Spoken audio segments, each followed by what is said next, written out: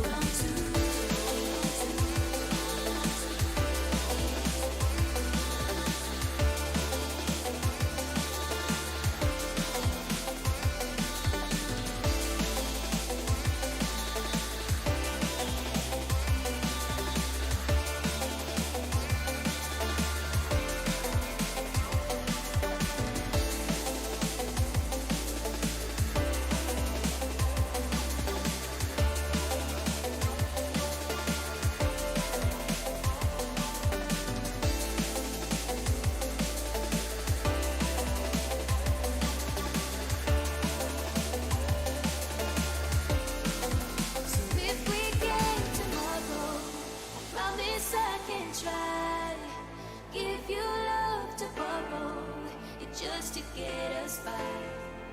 Sometime when you're ready, I'll soften up the blow. Our love was never made to last, and I don't wanna give you back to hold on to.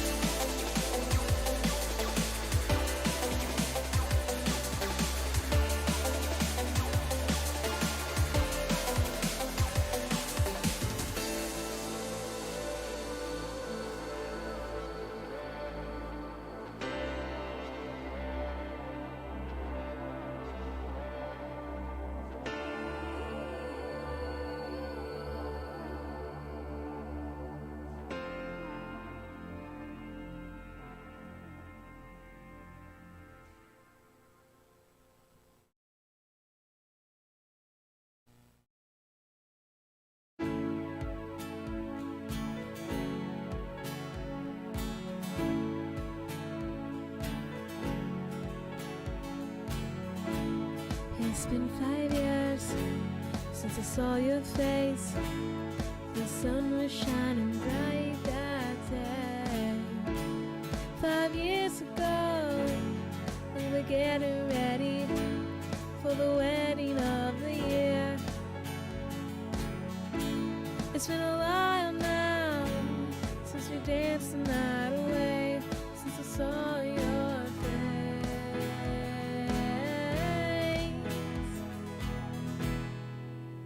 Now the sun's shining bright, the stars come out at night. My heart is full and bright for you. Oh, for you.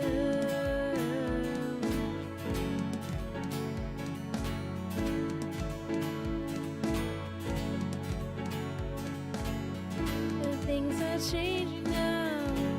You're coming out to the desert, somewhere you've never been before. Everything is Gaming Morning Show. Things put on pancakes and rhyming bear intros. Austin confused about whose sister married the bros. In the UK, dooley-doo tugs on our heartstrings. Gaming Morning Show is one of our favorite things. It's Paul. It's Paul. Ah, who are we kidding? Pumpkin spice and fall. Paul. We all know our favorite thing is the season of Paul. Pumpkin spice latte time! Besides the tasty drinks, the weather is cooler. We get the most time where it's cooled off, but it's not always rainy. Sometimes it's rainy for part of the day, but then it dries up and it's just a nice, cool, cloudy day. I like that. There's football on. Man, did we have a great football weekend?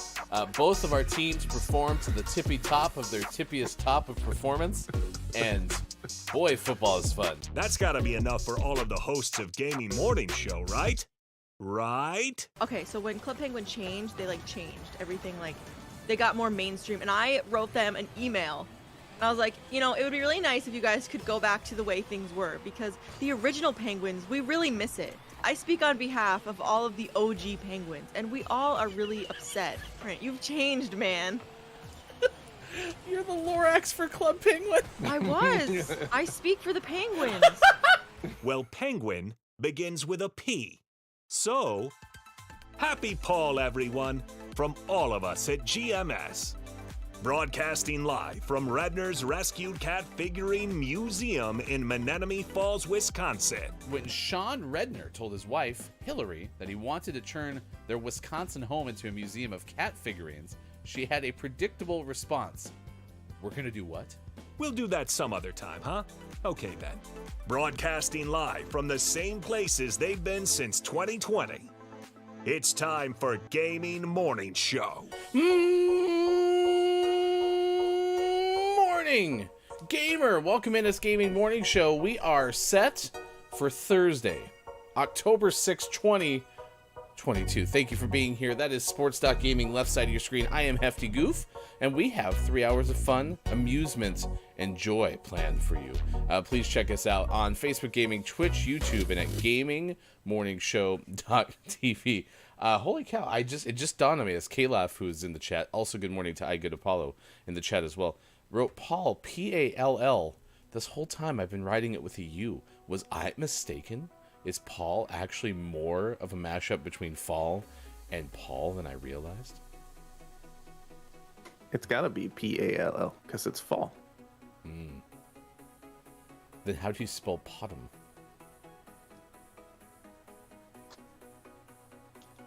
P-A-U-T-U-M-N?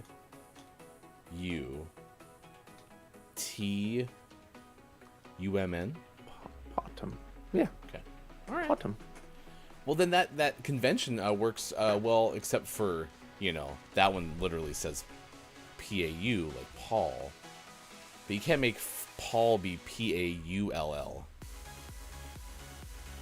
That'd be Paul. I feel like this is something we should have probably discussed and figured out off air. Nah, it's gotta be P-A-L-L.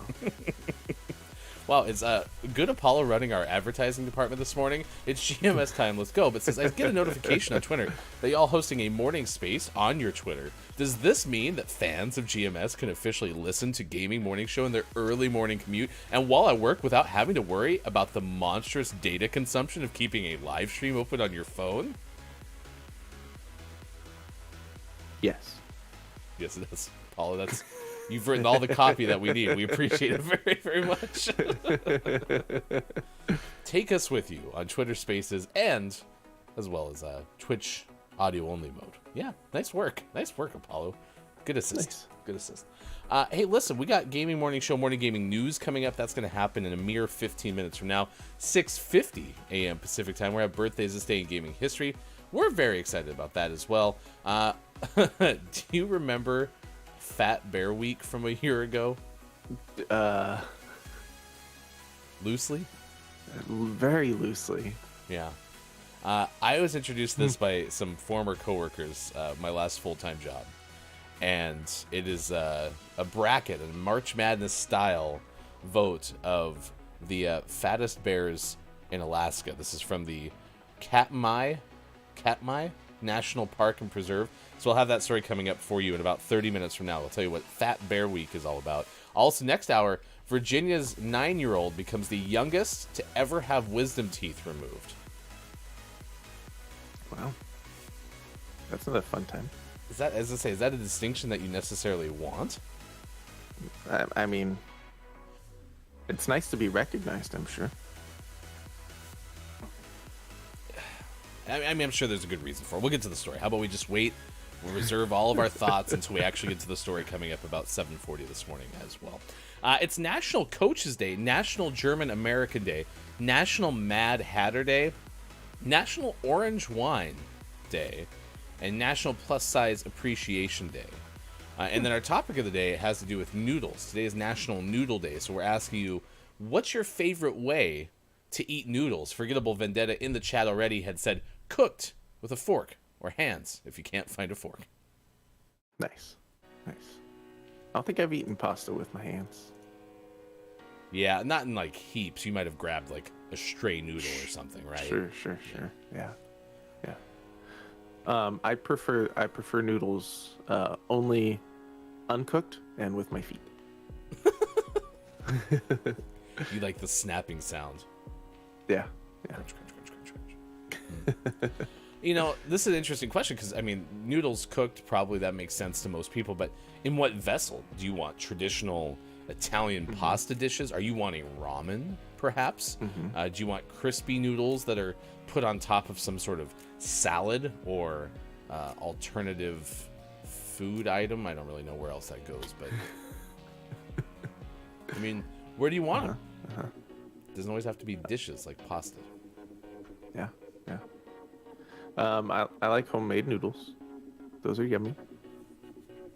A lot of work, but they're yummy. I think I'm going to tell you, when you make your cookbook, it's going to be sports.cookbook. Okay? Sports.gaming cooks. It's not easy. No, sorry. It takes a lot of time, but it's worth it. Yeah. It'll be a good one. And I will put only my most time-consuming recipes. Listen, get yourself somebody like me who has a brother-in-law who makes homemade pasta. And what was the other thing the other day? You make crepes, but that wasn't the one.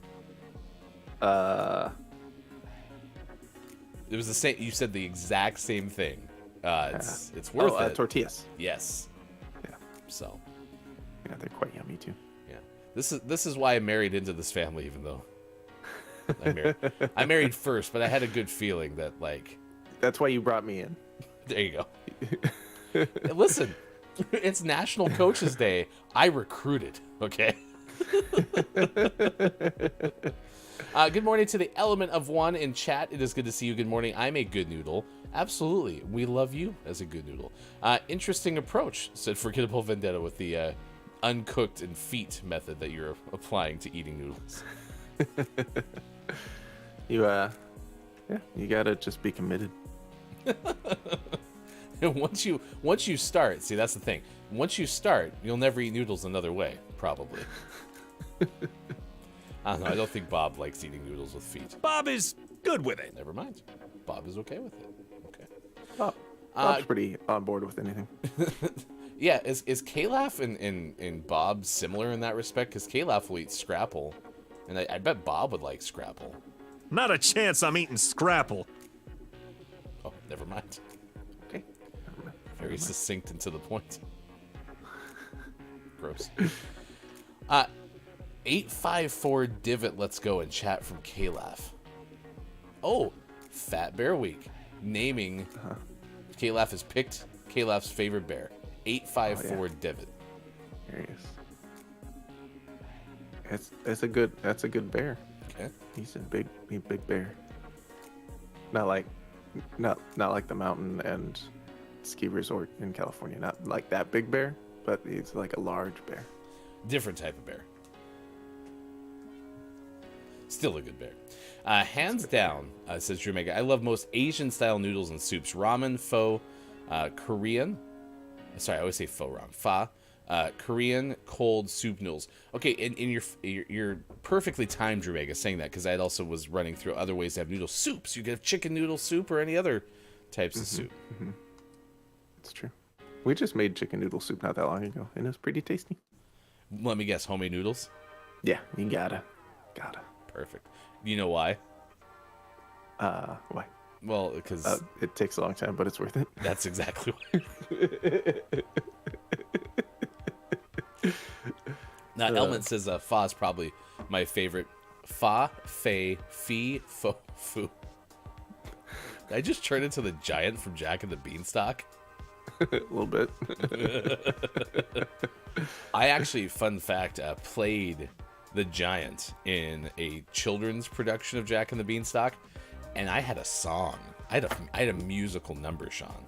Nice. And Can we hear it? Well, to this day, I still remember the first part of it. It's like, fee fi fo fum, I'm feeling lonely, sad, and glum.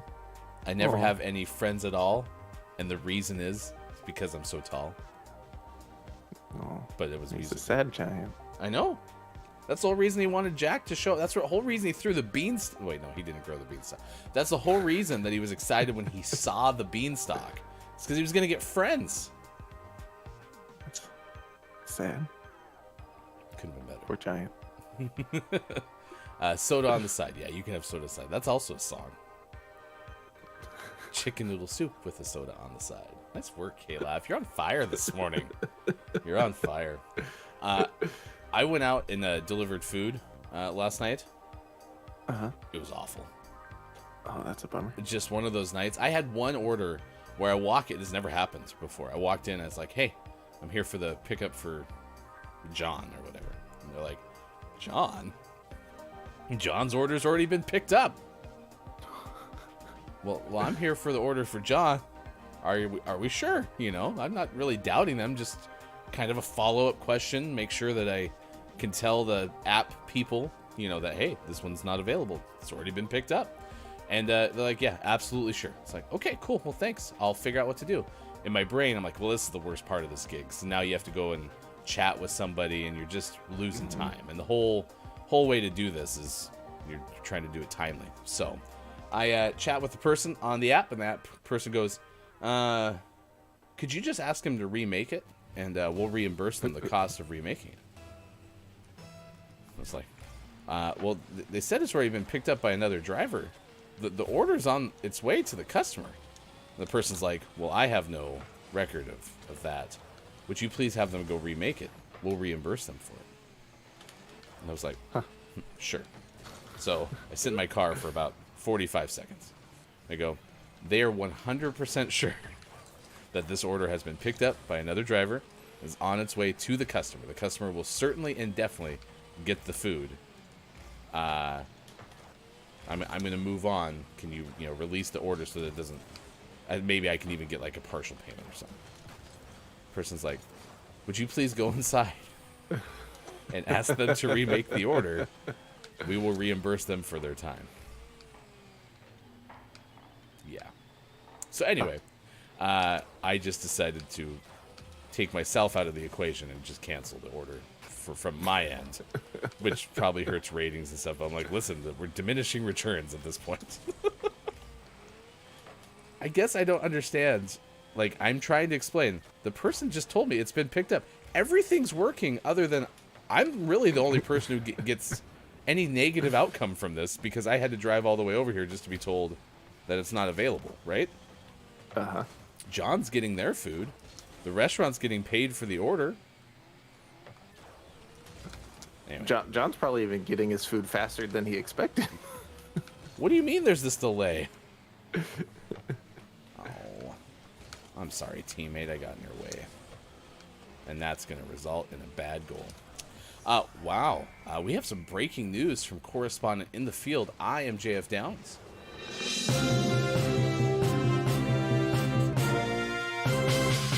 I am JF Downs reporting on this Thursday morning that Downs is in the office for the first time in 2.5 years.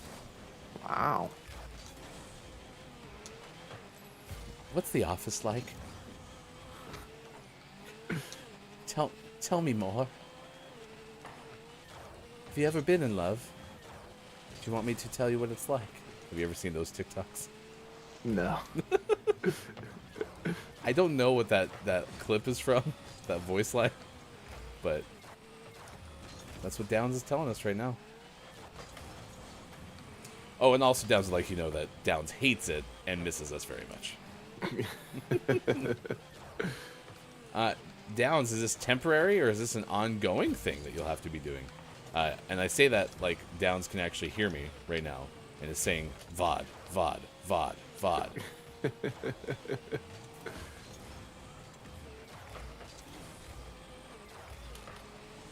It'll be okay, Downs. We'll get through this. That's Superphonic. Good morning to you, Superphonic. Good morning to everybody who's in chat this morning. It's good to see you. Nice chat. Said, oh no, Downs. To my fallen comrade. Because I think Superphonic's gone from working from home to being in the office on the regular.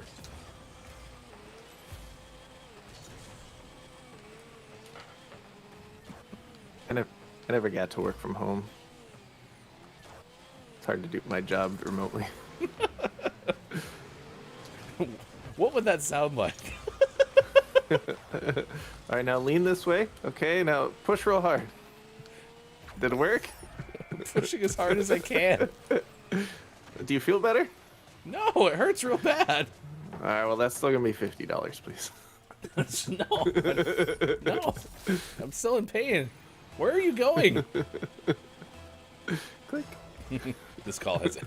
Would you please go back in the restaurant and have Sean redo the adjustment? I can't. Sean's not even here. It's remote. You know, I haven't had... This would be a great poll question for those who are working in situations where they can do a hybrid. And now, it would be too many poll questions because we'd have to ask everybody. So, for example, if you're currently working at a job that you can't do remotely, kind of like Sean just described, would you want to work from home in general? You know, even though you can't, does that make sense? You can't do that job without being in person. Like, if you had the option, would you like to work from home? And then for those who are doing hybrid, like, how many days a week are you in the office? Is it enough, or would you rather just be working from home all the time? Mm-hmm. I definitely wouldn't want to do something similar to my job from home, even if I could, because I don't think I'd enjoy communicating with patients not in person. Like the idea of like a telehealth type job does not appeal to me. Okay. But I would love to work from home doing something where I don't have to communicate with people, especially patients. Like, I'd love to just sit at home and chip away at whatever job I'm doing.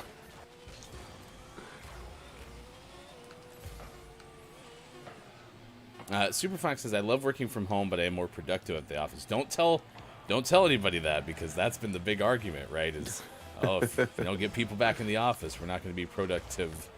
Don't know why I said it in that way, but just go with it.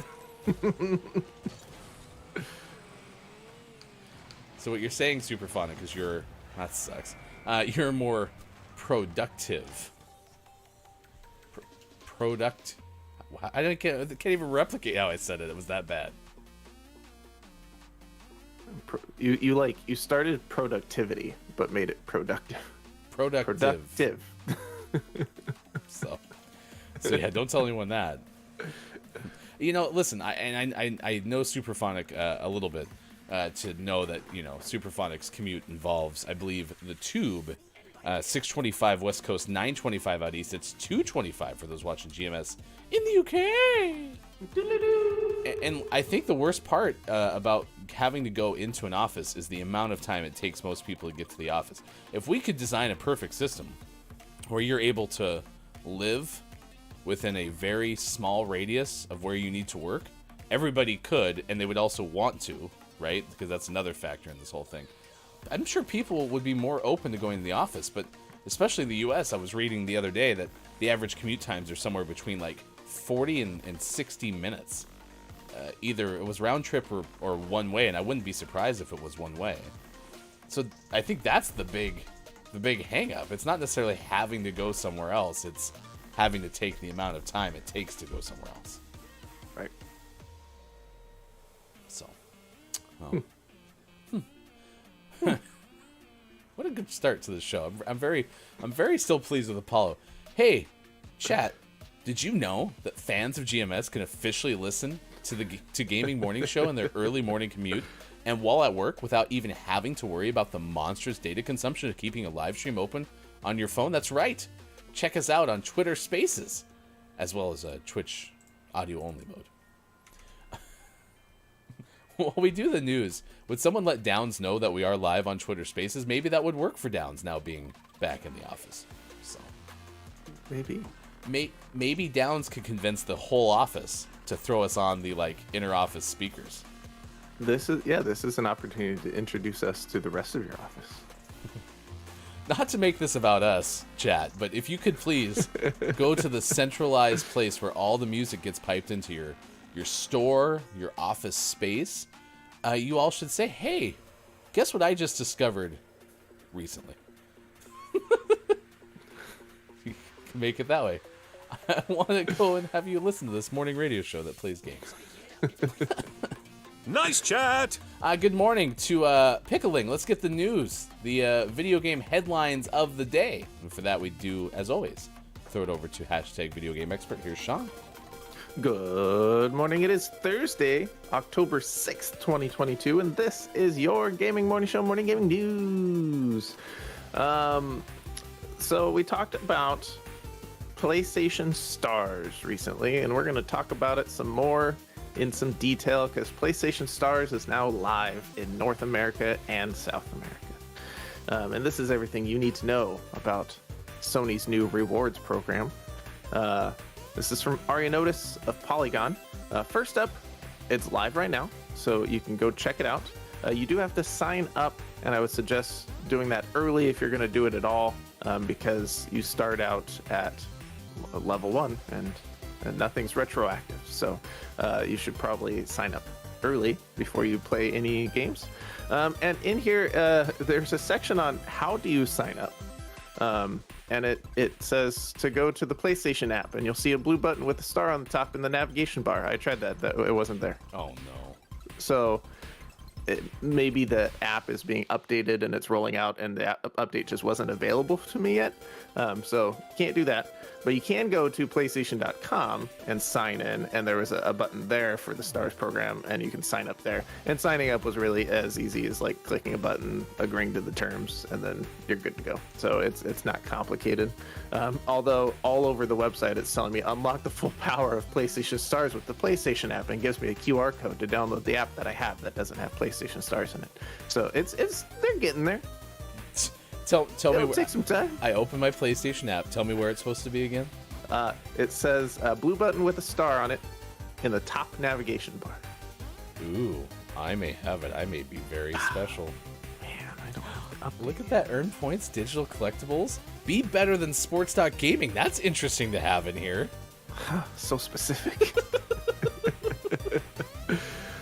So go check that out. Go sign up. The rewards There are 2 categories of rewards. We've talked about this before. Digital collectibles in the form of digital trophies that you can put in a digital trophy case.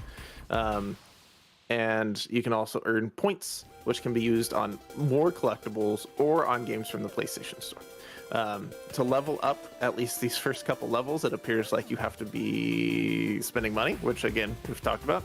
To get up to level 2, you have to buy a game from the PlayStation Store to unlock it, and you get a bonus collectible. When you hit level 3 by buying 2 games, you get a birthday collectible. At level 4, by buying 4 games, you unlock chat priority routing, basically early access to customer support queries through, though in a fact, Sony said wait times are subject to availability. Oh my gosh. So, we'll see. At least it's free, other than buying the games, but at least signing up is free. Yeah, signing up, I'm in. I'm level 1 of PlayStation Stars, and I can't wait for the Battle of the PlayStation Stars, where we all get to go fight each other.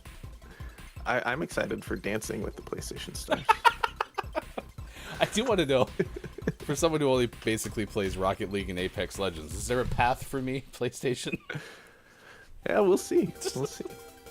We've noticed you've been in the same game for 16 months. Would you like to spend money, please? So we'll keep an eye on this now that we're signed up and see what happens, and we'll keep an eye on things. And we do have games that we're expecting to play sometime in the near future, so we'll probably level up and be able to tell you what that looks like. But in our next news story, a GTA 5 YouTuber who's been playing a 3 years long pacifist run in GTA 5 has finally completed the game. And so you ask, a pacifist run, how far through the game can you get without killing anybody? And how many murders are unavoidable? Well, after 3 years of doing things like running around hoping stray bullets kill people, or tricking enemies into driving into the ocean for hours at a time, turns out to complete the game, you have to kill at least 96 people. Yeah, that's a lot. Matthew Judge is a Twitch streamer and YouTube creator under a Dark Vapor AU. He's been working on this pacifist run for the last 3 years, and has recorded over 1,000 hours of pacifist run footage. So if you want to check a lot of GTA pacifist runs, it's out there. I do like this about being on the internet. Is somebody somewhere was like, I wonder, right? And this is what they decided to do. Yeah. It you know what, Sean? It takes a long time, but it's worth it. Maybe. We'll see. When he started this pacifist run, someone on Reddit back in 2021 estimated that you'd have to kill at least 726 people, and Judge called this person an idiot and vowed to get the number lower. And sure enough, he did. Got it down to 96. Nice work. Made it my life. In our last news story, the world's largest Pokemon collection is expected to sell for 300,000 curvy L thingies. They also keep talking about how much it weighs. It also weighs a lot. It's about the same, actually, 300,000 pounds. Maybe it's one curvy L thing per pound. I don't know. It's a currency, Sean. Yeah, it's currently happening. Yeah, this is current. I tried, UK. This is going to be going up for sale in the UK later this month. Doodaloo. Whoa. Turn that knob a little too far. The collection will be sold as a single lot at an auctioneer house in Headington, with a guide price of between £250,000 and £300,000, an expectation backed by the auction house. This is a collection of a bunch of different Pokemon merchandise, including games, and cards and stuffies and a bunch of figurines and whatnot. This is the official Guinness World Record holder for biggest Pokemon collection, and was amassed over 25 years and includes 20,000 individual items. So we'll see what it ends up selling for, but it sounds like it's going to be quite a bit. Anyone want to go halfsies? Halfsies. I don't actually want it. You're on your own. Are we going to be in that situation where we're dividing this up later on, like a divorce court or something like that? Nah, make it happen. I'll contribute though. I have like $5. Just to help. And always last but not least, we finish off today's gaming morning show, Morning Gaming News, with the world-renowned segment within a segment where we take a look at what is out today, like Townscaper VR, available on the Meta Quest. It's a new one. And for the most prestigious award in video game focused morning shows, your favorite segment within a segment within a segment, today's name of the morning goes to Superphonic. Congratulations. Really? 2 days in a row we're not going to have a name of the morning? Yeah, and on a Thursday, only one game out. Thursday, you feeling okay? It's a bummer. Nothing's coming out in October, apparently. You have to wait till the holiday season, y'all. It's coming soon. Get wrecked. All right, well, disappointingly, but not surprisingly, I suppose. You know. Yeah. Jeez. That's our gaming morning show, Morning Gaming News. There was no name in the morning other than, of course, Superphonic, which, you know, yesterday, Forgettable Vendetta won it, I believe. Superphonic wins it today. I guess we can see if those two are interested in being given away via a Patreon contest. We could give away a free digital copy of Sunset Vista. I think it's already free, Sean. Shh. Oh, sorry. Whoops. Yeah, that was Bob's fault. Bob wasn't supposed to tell you. You dummy, Bob. All right, there you go. Well, there's your gaming morning show, Morning Gaming News. Disappointing end, but it was there. We have a Patreon giveaway going on right now for our name of the month for the month of September. You can get it right now by going to our Patreon only section in Discord and just answering the question that we have posed in there. We need entries in by the end of today, 11:59 p.m. Pacific time. And then for those who are not Patreon subscribers, we'll give you a chance to win it coming up closer to the beginning of 2023 when we do a 6-pack of names of the months and fulfillment appreciation giveaway. So that's coming up. Stick around, check it out. Whateverland, our name of the month for the month of September. Thank you, Sean, for the Gaming Morning Show, Morning Gaming News. Thank you. Superphonic said, what about a signed digital version? That works. Could you pull that off? Could you give away a signed digital version with like oh yeah, actually right there, Forgettable Vendetta, so with an e-signature. Perfect. All right, thank you for being here. This is Gaming Morning Show. It is the Thursday edition of the show. Kate Leff says, is this NFTs? You know, we don't do NFTs at Gaming Morning Show. We only do fungible tokens. FTs. That sounds funnier than I actually think it was supposed to, but yeah, it's true.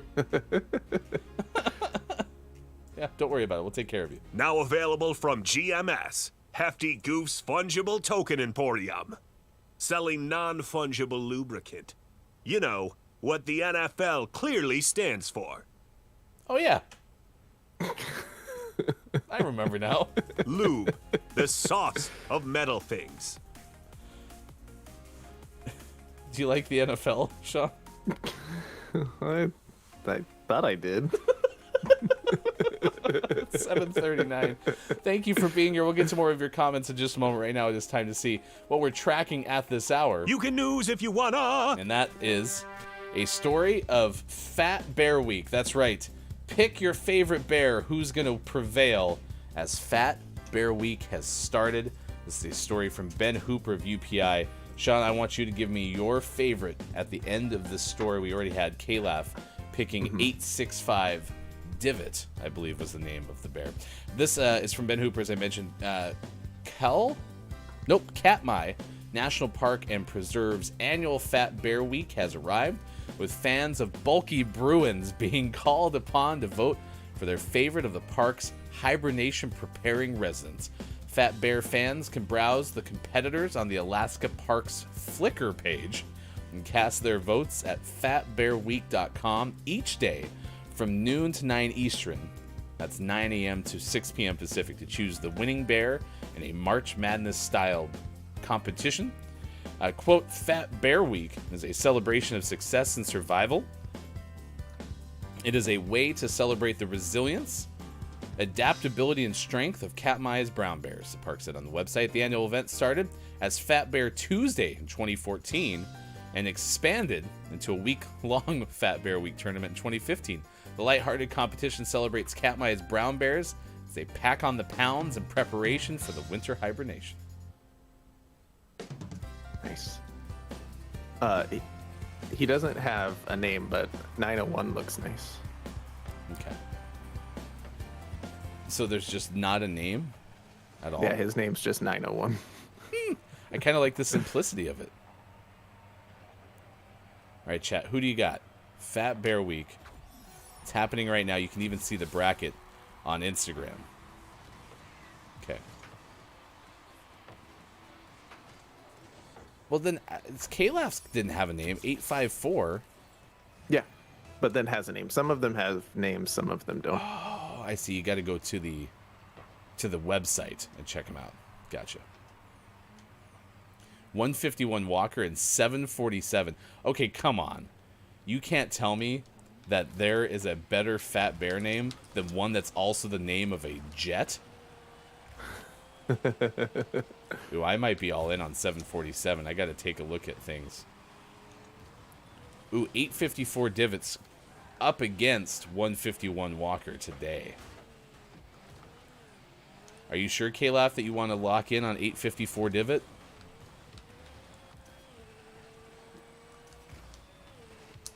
That might be a little bit of a screamer. No, it doesn't matter. Scrappy's got my back. Yeah, and I tried to play interference.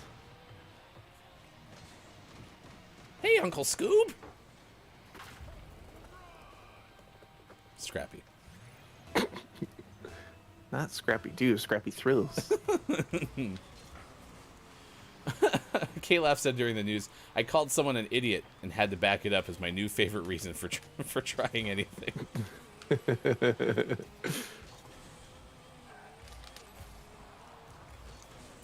Get out of here. Superphonic said, yeah, if I could churn up at 10 a.m. on the days I go to the office, I'd enjoy it a lot more. I'm used to staying up later. So, okay, so that's another, this is going back to working from the office. That's another example of discussion around returning to the office. If it was hybrid, maybe you had days where you could work from home.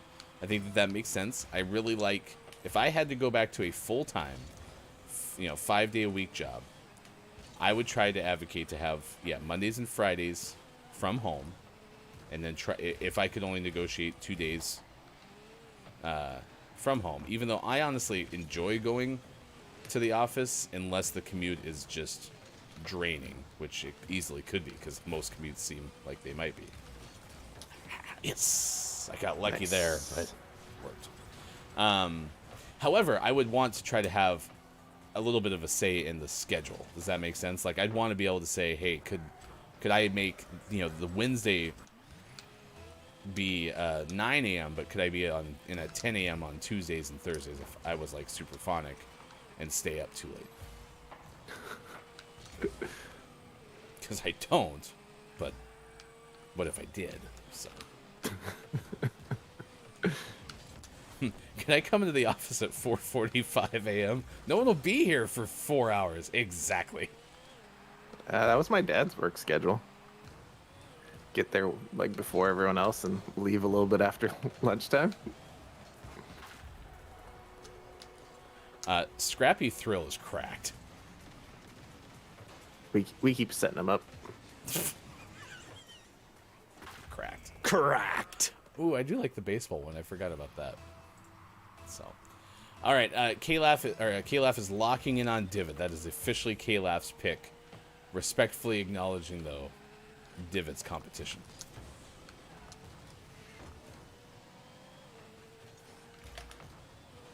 That's true sportsmanship, K-Laugh, and we're proud of you for that. Forgettable Vendetta is going to go with 32. Looking.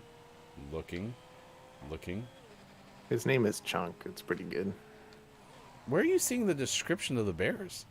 I think there's a different site. It's the link that K-Laugh posted earlier. I'll throw it up again. Oh, I found it. Okay. Chunk, large adult male with narrowly set eyes, a prominent brow ridge, and a distinctive scar across his muzzle. Be prepared. Boom, boom, boom, boom, boom, boom, boom,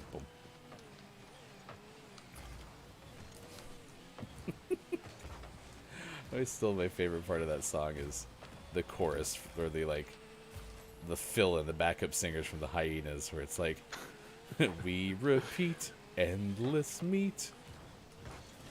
That's my favorite part. Good morning to Hyper. It's good to see you. Good morning to Gabe Pride. Both here this morning. Good morning. Nice chat. You're basically describing, says Hyper, the opposite of what I do. I rock up to the office around 11 a.m. some days and go home at 7 p.m. Okay. Not bad. Gabe Pride says, good morning, GMS. Groggy or Die is here as well. Good morning. It's nice to see you on this morning radio show that plays games. It is National Noodle Day, so we are asking you the question, what's your favorite way to eat noodles?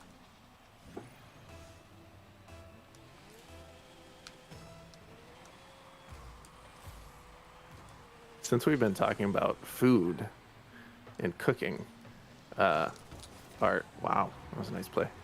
I had a conversation with a friend of the show, KJ, yesterday, and we came up with a pretty fantastic GMS cooking show for GMS Tuesday nights.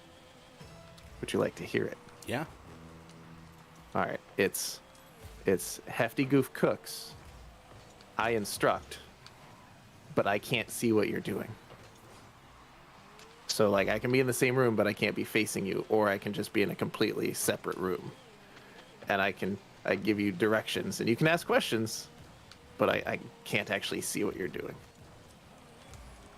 This sounds like my nightmare. Yeah, it'll be great. Okay.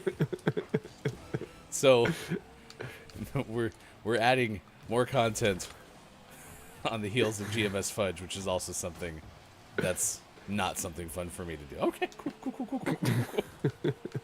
Love it. I love where your head's at. We'll definitely assemble our thoughts around that a little bit, and then maybe, like, make some small amendments or something. Like, everyone else cooks for me and then I just eat. What do you think of that? That sounds like fun, right?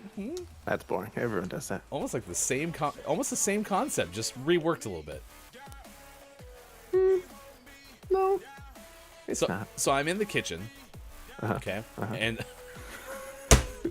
sorry, just saw Caleb go shot at Tui. It would be that, wouldn't it? It would, yeah. Except I don't have to pull your hair. What if I want you? Unless you really want me to. No. 6:49 West Coast time. It's 9:49 at least. It's 2:49 for those watching GMS in the UK. So I'm in the kitchen, and you're in my ear, basically trying to like, can I give you information about what I'm doing? Right? You have to take that. You just can't see it.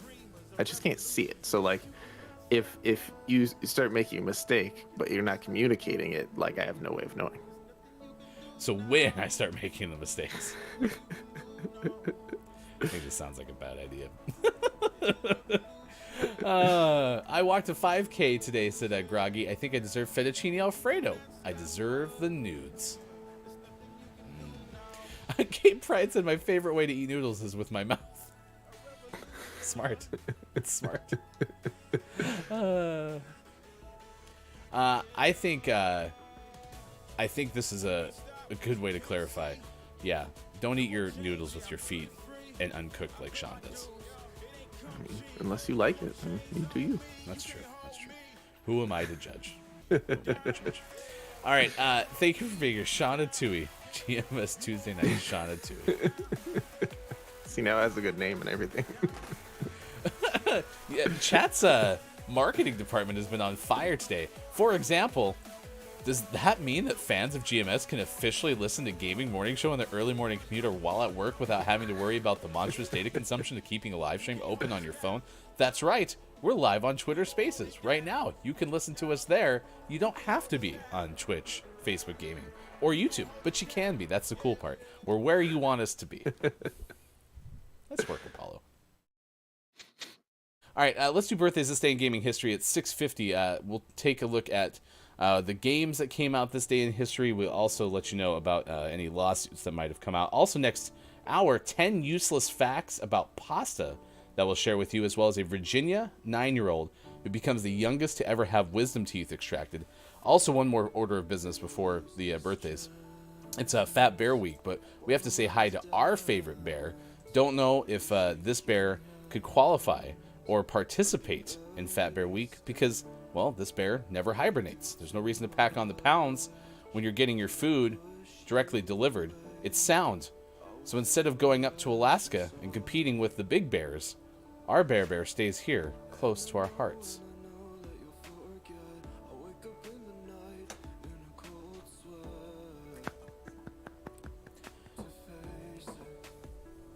Rhyme. And Bear's not fat, he's svelte. Looking swole there. If you have a birthday to celebrate, someone you know who is getting another year older, please let us know so we can celebrate with you. Celebrity birthdays today. Actress Elisabeth Shue turns 59. 59. That's 10 more years until nice years old. Her husband Davis is a director and producer. And he's fantastic. Fun fact goes on to say he's so great, and we love talking and learning about him. Also, happy birthday, Elizabeth. We were looking for any reason to bring in Elisabeth Shue's husband. And look at this. We've been able to do it because today is Elisabeth Shue's birthday, but let's put all the onus on Elizabeth's husband. In fact, she was supposed to be below the fold, but they really wanted to talk about Elisabeth Shue's husband, Davis, and so she got bumped up so she can have a fun fact. Perfect. Just the way it was supposed to be. Okay. iOS complaint. They have a situation where you'll slide what you're watching off to the side, and then it'll get stuck behind the little volume selector, and so you can't bring it back until you wait for the volume to go down. It's true. You can only slide to the right. You won't have that problem.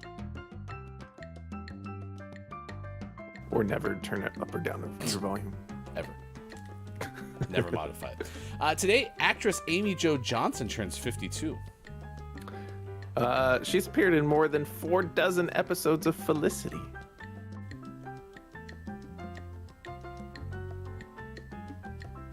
Nice. Carrie Russell was Felicity. Yeah, I guess I didn't realize Amy Jo Johnson was in that show. Apparently a lot. Yeah, no kidding. I thought Amy Jo Johnson kind of did the Pink Ranger thing and called it a career. Yeah, apparently not. I don't think I've ever seen a single episode of Felicity. It was definitely on. I mean, I've definitely had it on in my house. I can't even remember if it was me or if it was people I was with. I've definitely seen Carrie Russell as Felicity, but that's about it. So, well, was also on a show called Flashpoint, which was a Canadian crime drama television series. Okay. Interesting. Amy Jo Johnson, 52. Today, actress Emily Mortimer turns 51. She played an adult Jane Banks in Mary Poppins Returns. I never saw it. Me neither. And I heard Emily Blunt did a pretty good job as Mary Poppins. I heard that too. Should we add it to the watch party list? Yeah, why not? Okay, what the heck? What do we got to lose? Fantastic Four, B-Movie, Legends of the Hidden Temple, every MCU movie, Hackers, Pride and Prejudice, and Zombies, Frozen 2, Christmas Comes to the Packland. All right, you have Independence Day, Knives Out, Ants in a Bug's Life, but at the same time, AI, Artificial Intelligence, iRobot, Goldeneye, Weekend at Bernie's, South of Heaven, Down and Dirty, A Love Story. All right, actor Ioan... Face Off, Rocky Horror Picture Show, Twilight, Jurassic Park, Robin Hood Men in Tights, the entire Sharknado series, Small Wonder, Mean Girl, Sister Act, Jurassic Park Again, Hunt for the Wilder People, Throw Mama from the Train.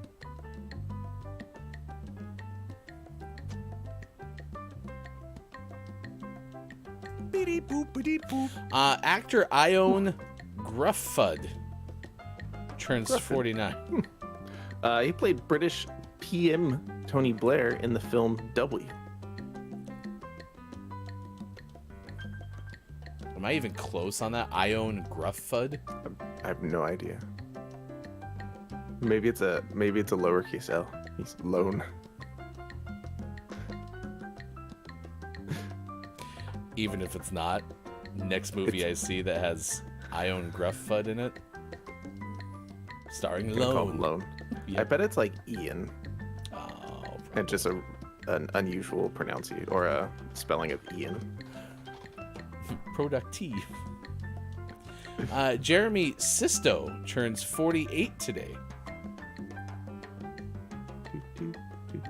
His father is a jazz musician and performer.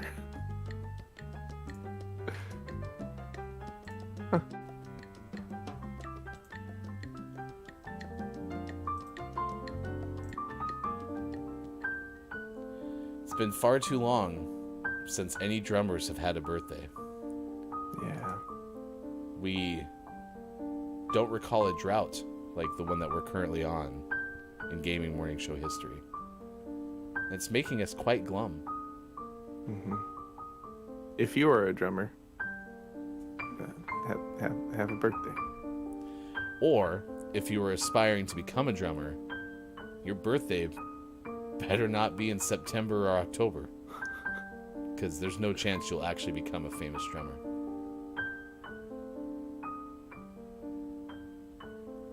Sorry, it's just we don't write the rules. It's just clearly proven by data.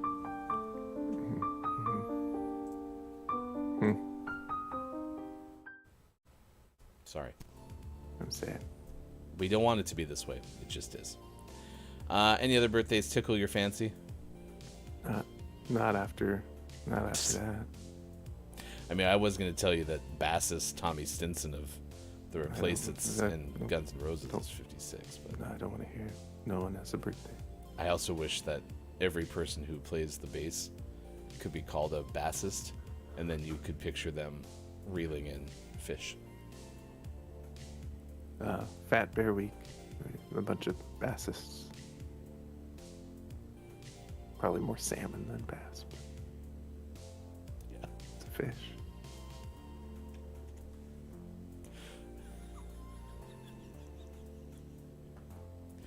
Miss those drummer birthdays. Forlorn.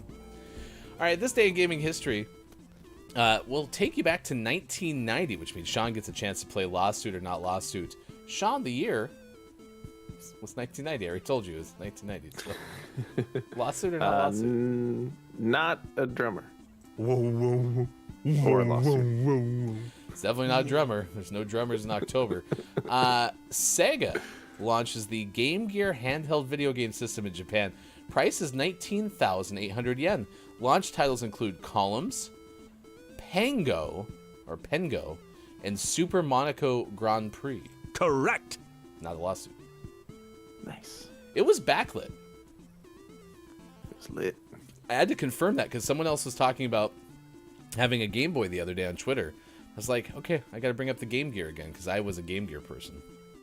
And yeah, it was backlit. It was great. Nice. So, 1998 at the Sega New Challenge Conference in Tokyo, Sega debuts the Dreamcast video game system. So Sega kind of liked the first week of October to release stuff. Apparently. Although now they just debuted it. They were just casting their dream. Nice.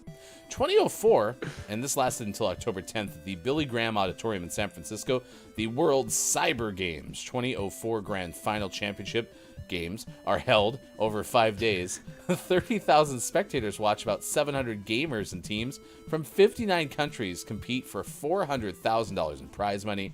2 console games, Halo and Project Gotham Racing 2 for the PlayStation, for the Xbox. The Netherlands team wins the most points. The Korean team wins the most medals. Win money for playing video games? It's never going to catch on. See, I would like to have there be more like Olympic,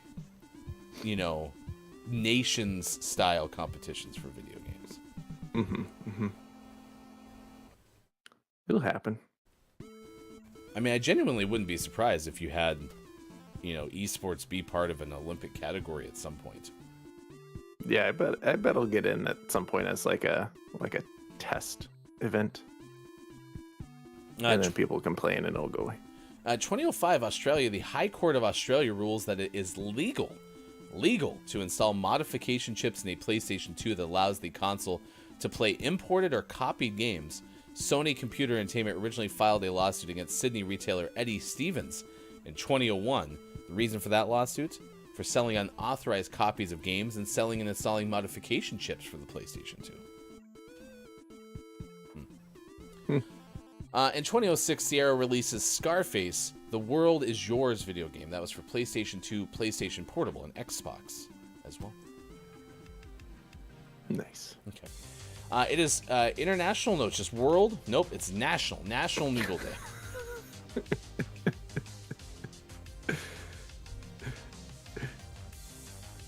I just like how I said it's internet. Wait, no, it's world. Wait, no. Like those two things are pretty much the exact same thing. Yeah, but different names. National Noodle Day. What's your favorite way to eat noodles? We've heard things like putting them in soups. We had somebody say putting them on the ground, uncooked, and eating them with their feet. Someone said, I like to slurp my noodles. Slurp. Satisfying.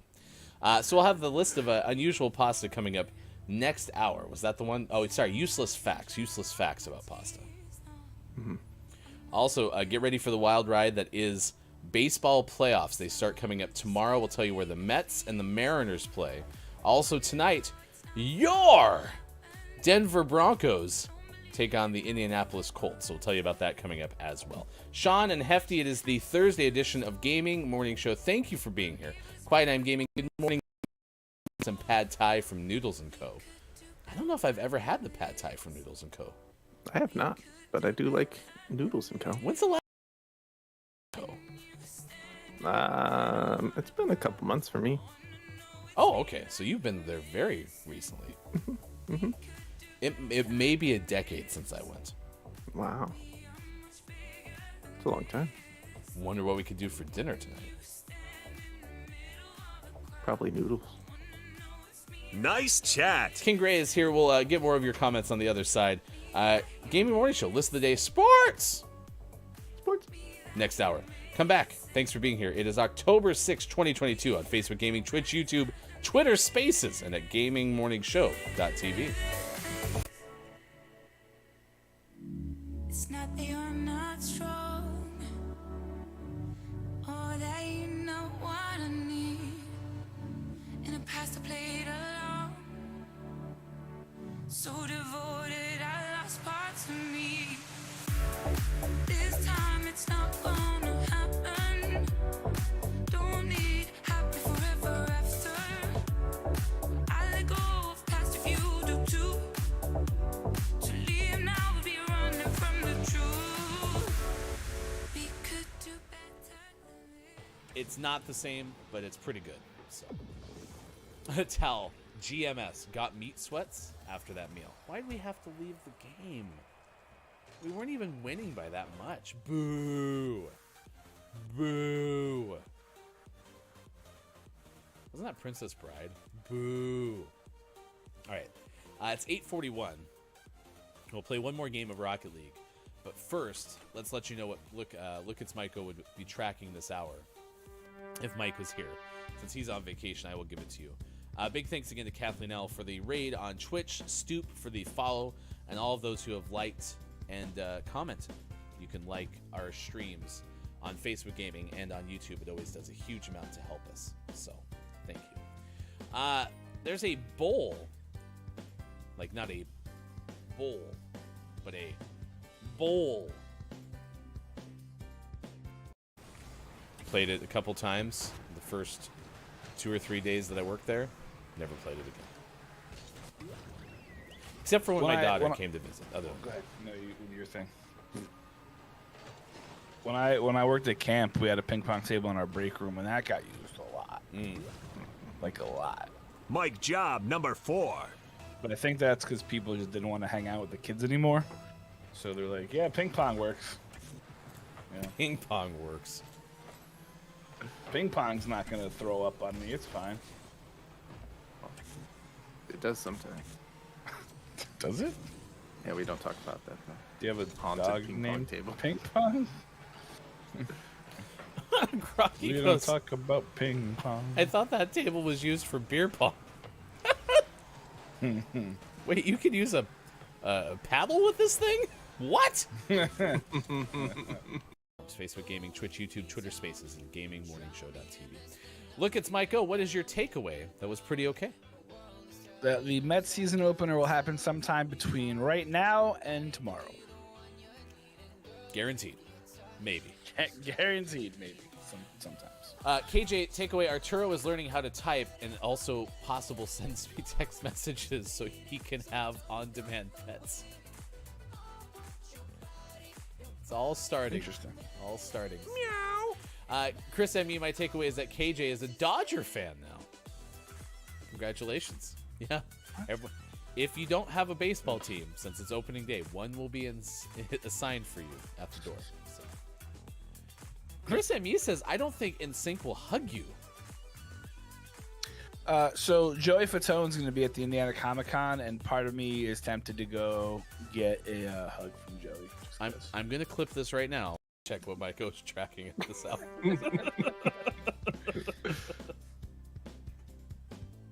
Oh, hey, you guys like weddings? We have some breaking news this morning, some legitimate breaking news. Britney Spears is pregnant. Congratulations, Brit. Can't believe she's gonna have a baby. She's never had a baby before, so this is the first time.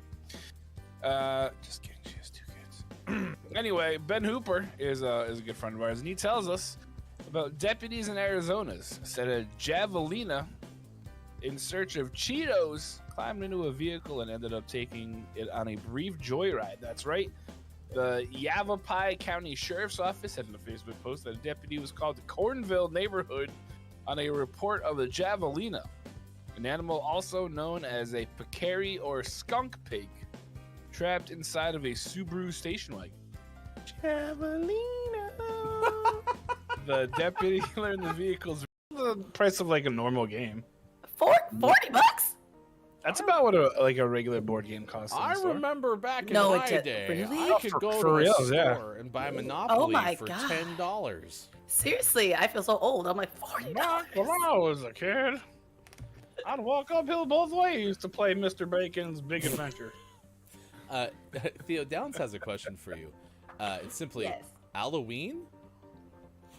Hello. Hello, it's Halloween. It hurts my ears so much, but it's great. Can you sing one of the songs from Nightmare Before Christmas that in that accent? Like this is Halloween. Gosh. Yeah, that'd be great. This is Halloween. This is Halloween. Halloween. Halloween. Halloween. Is there- All right, let's gather round to read the Moose Book. There was a mooster in Worcester. There's a moose loose about the hoose. Shake it loose in your hoose, that moose. I would call it a truce with the moose, maybe spruce up the hoose. Dr. Seuss writing about the hoose in which the moose shook loose an overused spruce. The moose that encountered a truck's caboose is the moose named Bruce. I'm loose, said the moose, Bruce, as he threw up a deuce. Fun fact, Bruce the moose actually starred in Footloose. Snitches get stitches like mooses get looses. Obtuse rubber goose, green moose, guava juices. Goose and moose called a truce over being loose around Bruce. A moose nuisance is a moosance. You better write about the moose, no excuse. You're welcome. Just tell me what you want to hear, since I'm feeling out with fear. Can't believe you're near, so let's stay right here. Coming up on Gaming Morning Show, list of the day and sports. Join our Discord and become a Patreon. Go to GMS.watch and click on where to find GMS. And follow us on Twitter at WatchGMS. All ahead on Gaming Morning Show. Time for hour number 2, right now. Morning, gamer. Welcome back. Gaming Morning Show continues. Thank you for being here. It is Thursday, October 6th, 2022. We're asking you about noodles today. It's National Noodle Day, or International Noodle Day, or World Noodle Day. We're not specific. What about Noodly Noodle Day? It's so much noodling day. Snoodle. We're asking what's your favorite way to eat noodles. I think I'm gonna go with like a pasta dish. I do tell you that I, maybe unsurprisingly to those who know my philosophy on sauces, actually really appreciate like the F noodle. Fettuccine? Nope. Fasuli? No. Fasta? They're like they're the chopped up tubes. Penne? It's penne. The F one. Is that the one you were thinking of? Yeah. I love penne pasta.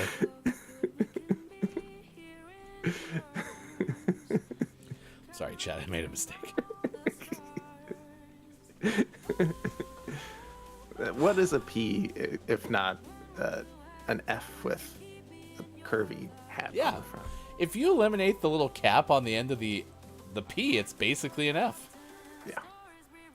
I love penne pasta. So yummy. Yeah, Quiet's got my back. F's and P's are very close. They're practically the same. A big fan of. Tell me a word that you can't freely interchange the F's and the P's, and I'll give you a quarter. Punk. Funk. Same thing. Exactly the same. Funk! P is just an F that closes the loophole. Exactly, says Quiet. Coming up in sports, we'll tell you all about the preseason. The New Orleans Pelicans are getting started. How do you think the Philadelphia Phillies are going to do? That actually does have the F sound. See? Same. Can't wait to watch the Calgary Flames. Your Calgary Flames, by the way, are leaning heavily into the preseason doesn't matter mantra. Yeah, they are. And I love it. Yesterday, they lost to the Jets 5-0 in the preseason, and their caption on Facebook was, "Meh, it's preseason." They lost to the Edmonton Oilers a couple of days ago. It said, "Shucks, we lost a preseason game." The bad news is, if Edmonton or Winnipeg beat them in the regular season. Yep. Huh. Bummer, we won a regular season counting game. Yeah. Get wrecked, Flames. October 6th, National Noodle Day recognizes oodles of noodles just in time for National Pasta Month. What style do you prefer? The word noodles derives from the German word Noodle. Noodles are made by rolling unleavened dough out and cutting it into a variety of shapes. Unleavened? Am I saying that right? Mm-hmm. No leavening agents. Leavening agents!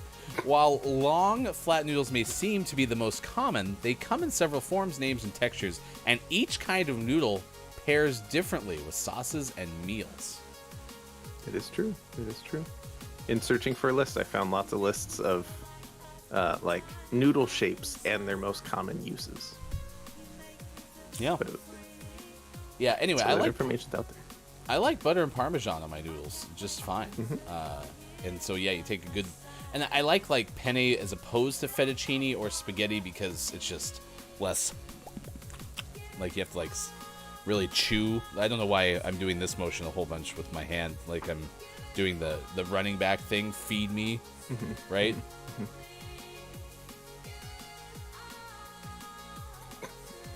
But I am, so... Oh, and salt and pepper. Salt and pepper is really good in noodles, too. Yeah. Unless you get some on your upper lip, then you gotta wipe it off. You gotta wipe it off. There's K-Laugh. Leavening agents! It's so true. It's so true. A crepe is not a pancake. No, it's not, but Lay's potato chips are the crepes of the potato chip world. It's true. It's been proven over time. Check out Austin Attack 12 streaming on Twitch. Austin is doing a fundraiser for this poor I'm not gonna throw mine. I need it. Come back. Is doing a fundraiser, streaming for a cop. I grabbed the wrong side.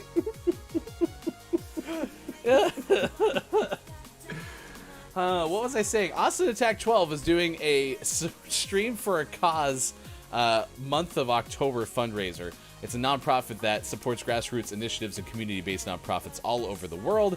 There are incentives and goals, including Austin getting a Halloween-inspired tattoo, and coming up October 29th, toward the end of the month, Austin's hosting a 12-hour Halloween party. So check that out from Austin Attack 12. Yeah, my poor controller is taking some lumps today. But just today.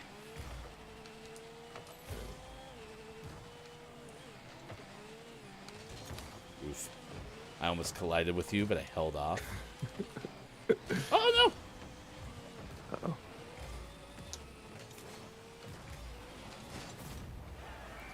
I feel like they were toying with us. Yeah, that was an interesting play. Yep, that person missed. Maybe that person didn't know where they were on the field. Something. There is no Dana. There's only Zubal.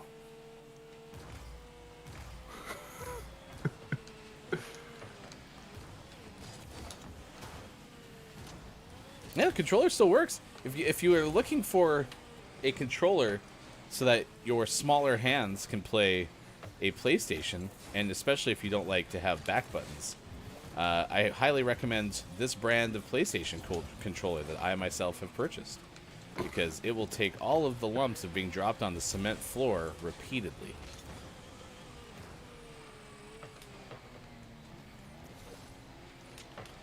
It's red. It's the only red controller I'm sure you can find. Just Google red controller. You'll Yep. find it. You know, the more I think about it, and somebody who has, you know, more intelligence when it comes to, like, engineering and stuff, is a controller is probably not the most complicated of machines. I mean, it's like, what, one circuit board and some, like, closed circuits, basically? Yeah. I mean, this really thing, complicated. this thing doesn't feel all that, like... I mean, it's very light. So I'm surprised. What I'm trying to say is I'm surprised it hasn't broken yet with how many times I've dropped it. Right. One of these times you're gonna drop it and it's going to literally explode. Either that or it's going to be like the most mundane of drops, like where I kind of catch it with my foot so it like nestles to the ground slightly. Almost like I'm laying it down to sleep, and it's going to be like, no, now your O button doesn't work. Oh, button. Do you remember when we discovered that the X button is supposed to be the cross button? Yeah. Because they're all supposed to be shapes as opposed to letters? Right. Because Sony's Japanese. So then it would be circle, triangle, square, and cross. Yeah. You know, it's a good thing that they didn't, like, both have X buttons, Xbox and PlayStation. That would be Right. And if they did both have them, they'd surely put them in the same place. Exact same spot, right? The other thing I'm surprised by, honestly, in video game lore is, like, the NES had the 2 buttons, the Super Nintendo came out with 4. I'm surprised we never got to the point where there was 6 buttons in that area. Because there were 6 on one of the Segas. Okay, because there were like some arcade like pads that you could buy, you know, for your Nintendo or whatever, and they would have 6 buttons, but you know that's a bigger footprint. Right. Do you remember which Sega console tried the 6-button method? No, because I always get the Sega consoles mixed up because I played Nintendo.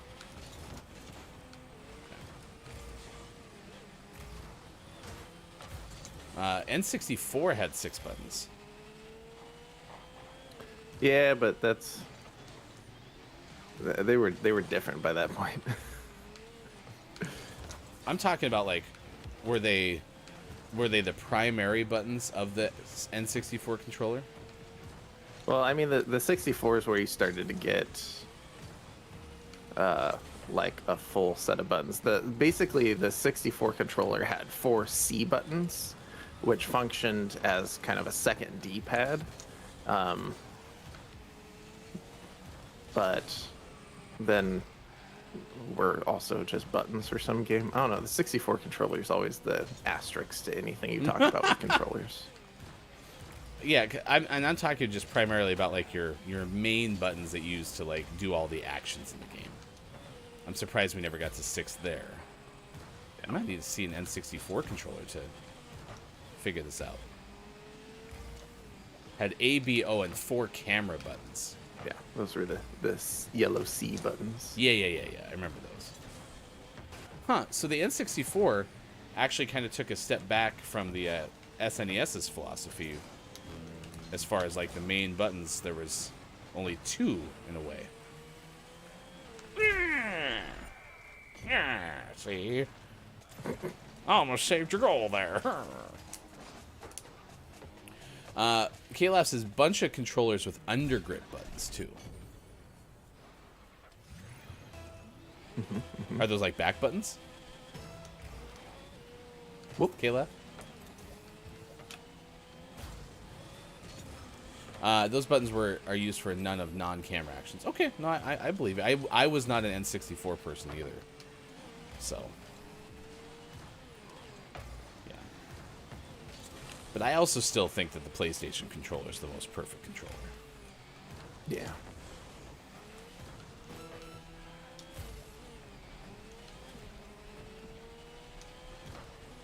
Keylef says back paddles. Paddles? Maybe. Yeah. Paddle shifters. Stick shift? Did you play your PlayStation in automatic or manual? Was your PlayStation a 6-speed? Fuel injected? Right. Well, that game could have gone better. Yeah, that was bad. It was bad. Couldn't got better. It was bad. We've had worse. We lost Zool already, though. Ooh, I like the AI name Foamer, though.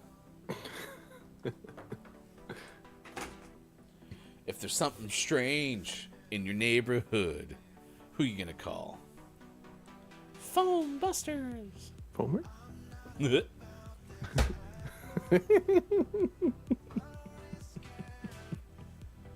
Goofy's back. Some say he never left. Oh, me. All right, it's now 7:24 West Coast time. It is 10:25 East Coast and 3:25 for those watching GMS in the UK. Found in regions all over the world, writes nationaldaycalendar.com, noodles are made from a variety of flours. In Asian culture, root vegetables such as yams and potatoes, beans, rice, wheat, and buckwheat are all found in a wide assortment of noodles. Europeans make most of their pasta from durum or semolina flour, though potato noodles are enjoyed as well. In 2002, archaeologists along the Yellow River in China found an earthenware bowl containing some 4,000-year-old noodles, which had been well preserved. Nice. You want to try them? No. Gross. They were well preserved. True. I didn't think about that. I'm pulling up an N64 controller. I gotta see this thing. Because the problem is I could never get over the fact that you held the N64 controller in the middle. Because I was like, why do we have the left side of this thing then? Oh yeah, no, I see what Quiet I Am Gaming is talking about. I also see what you're talking about. Because they're like the green and the blue button are like visually different. And then those four little subset of buttons are kind of grouped together. But I can imagine, yeah, they had a whole bunch of non-camera actions as well. I find it interesting, though, that they called them the camera buttons. There you go. Play enhanced Nintendo 64 games the way they were meant to be played with a full-size Nintendo 64 style controllers for the Nintendo Switch. Perfect way to explore the 3D worlds that debuted on the Nintendo 64 system. Man, the N64 had to be like a big shift forward. Yeah. It was a Sega Saturn, had 6 buttons. ABC, XYZ. ABC, XYZ? Why did they go that way? Oh, yeah, I did not like that controller. So ABC were the bottom big buttons, and they had XYZ up on kind of the top. And it just had an odd shape. It looked like a boomerang. Yeah. It was boomerang-esque. So what did the Dreamcast look like? That was the one that had like that big thing in the middle. Yeah. Oh yeah, theirs was an abomination as well. Yeah. Yeah. It looked like the Starship Enterprise with some wings.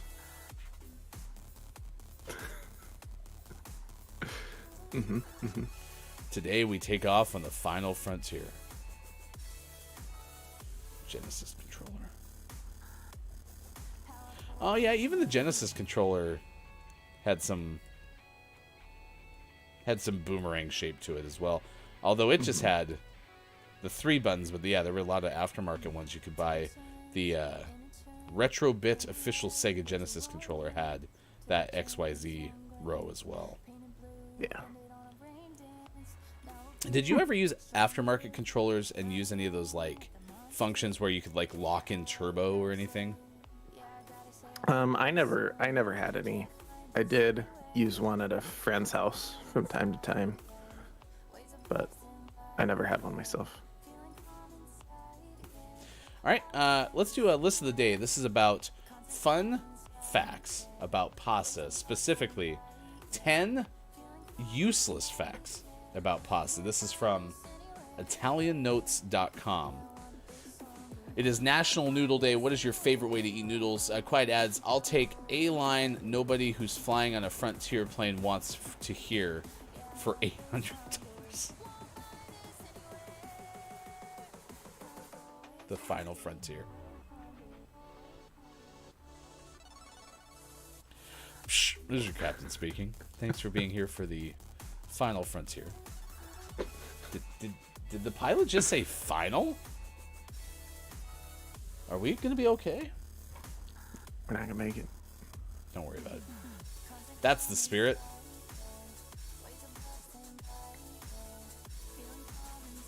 One.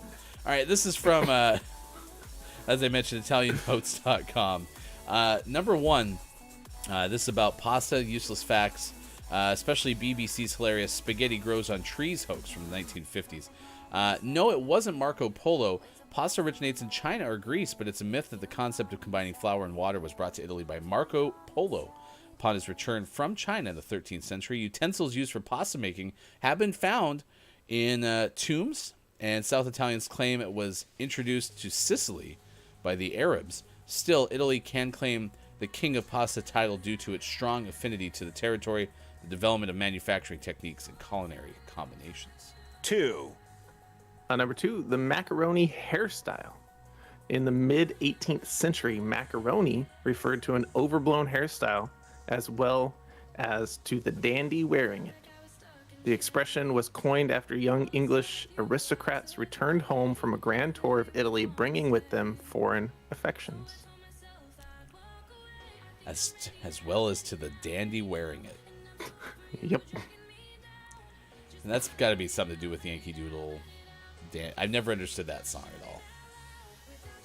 3, Pasta in the Industrial Revolution. At first, dry pasta was a luxury because of high labor costs, as the semolina had to be kneaded for a long time.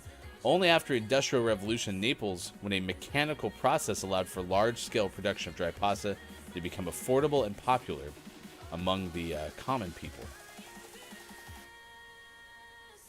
I didn't realize that pasta could be made fresh for a long time. So that shows you how much we had dry pasta growing up. 4, Number 4, no sticky flour. The founder of one of the world's leading pasta makers, Pietro Barilla, or Barilla, is said to have dusted flour on the sleeve of his black suit on a daily basis. If he could blow the flour off with a trace, it meant the flour was dry and finely grained and perfect for pasta making. So if the flour left residue on his sleeve, then it was too sticky. And if I can't remember what the thing is like if you can if the pasta could see its shadow, it's 6 weeks of summer. you've seen your last shadow, groundhog. 5, Spaghetti grows on trees. So this was that BBC hoax that made everyone think spaghetti grows on trees. It was in April 1957, but it was on April 1st, if you keep that in mind. The spoof program explained how severe frost can impair the flavor of spaghetti and how each strand of spaghetti always grows to the same length. This is believed to be one of the first times television was used to stage an April Fool's Day hoax. Yeah, and in the link 6, that we'll provide later, there's a video of the broadcast, and it's pretty entertaining. Number 6, unappetizing names. There are more than 600 pasta shapes worldwide, but in Italian pasta names don't sound particularly appetizing. Spaghetti means strings. Vermicelli are small worms. Ugh. Farfalle are butterflies. Linguine, little tongues. Ravioli, little turnips. Yeah, that's pretty gross. Like, name them better things. Italy. What about fenne? I love fenne pasta. 7, Don't use a spoon to eat spaghetti. Italians never use a spoon and a fork while eating spaghetti. This is an American habit. In Italy, you simply twirl a fork against the dish. All right, listen. Senior year of high school, we're on our senior trip, and me and a group of friends go out, and I'm always like, why the hell do they put a spoon on your plate at the finest of Italian restaurants? That's right, I'm talking about the Olive Garden. And my girlfriend at the time goes, that's to twirl your pasta on. I was like, what are you talking about? She showed me. I was like, oh. It's like, this was the silliest thing I've ever seen. Why on earth? And it makes sense now. So. Yeah. It does work well. Just don't do it in Italy. They'll get mad. 8, Number 8, the Italian diet. Every Italian, from newborns to elders, eats 23.5 kilos of pasta a year. At least they did in 2017.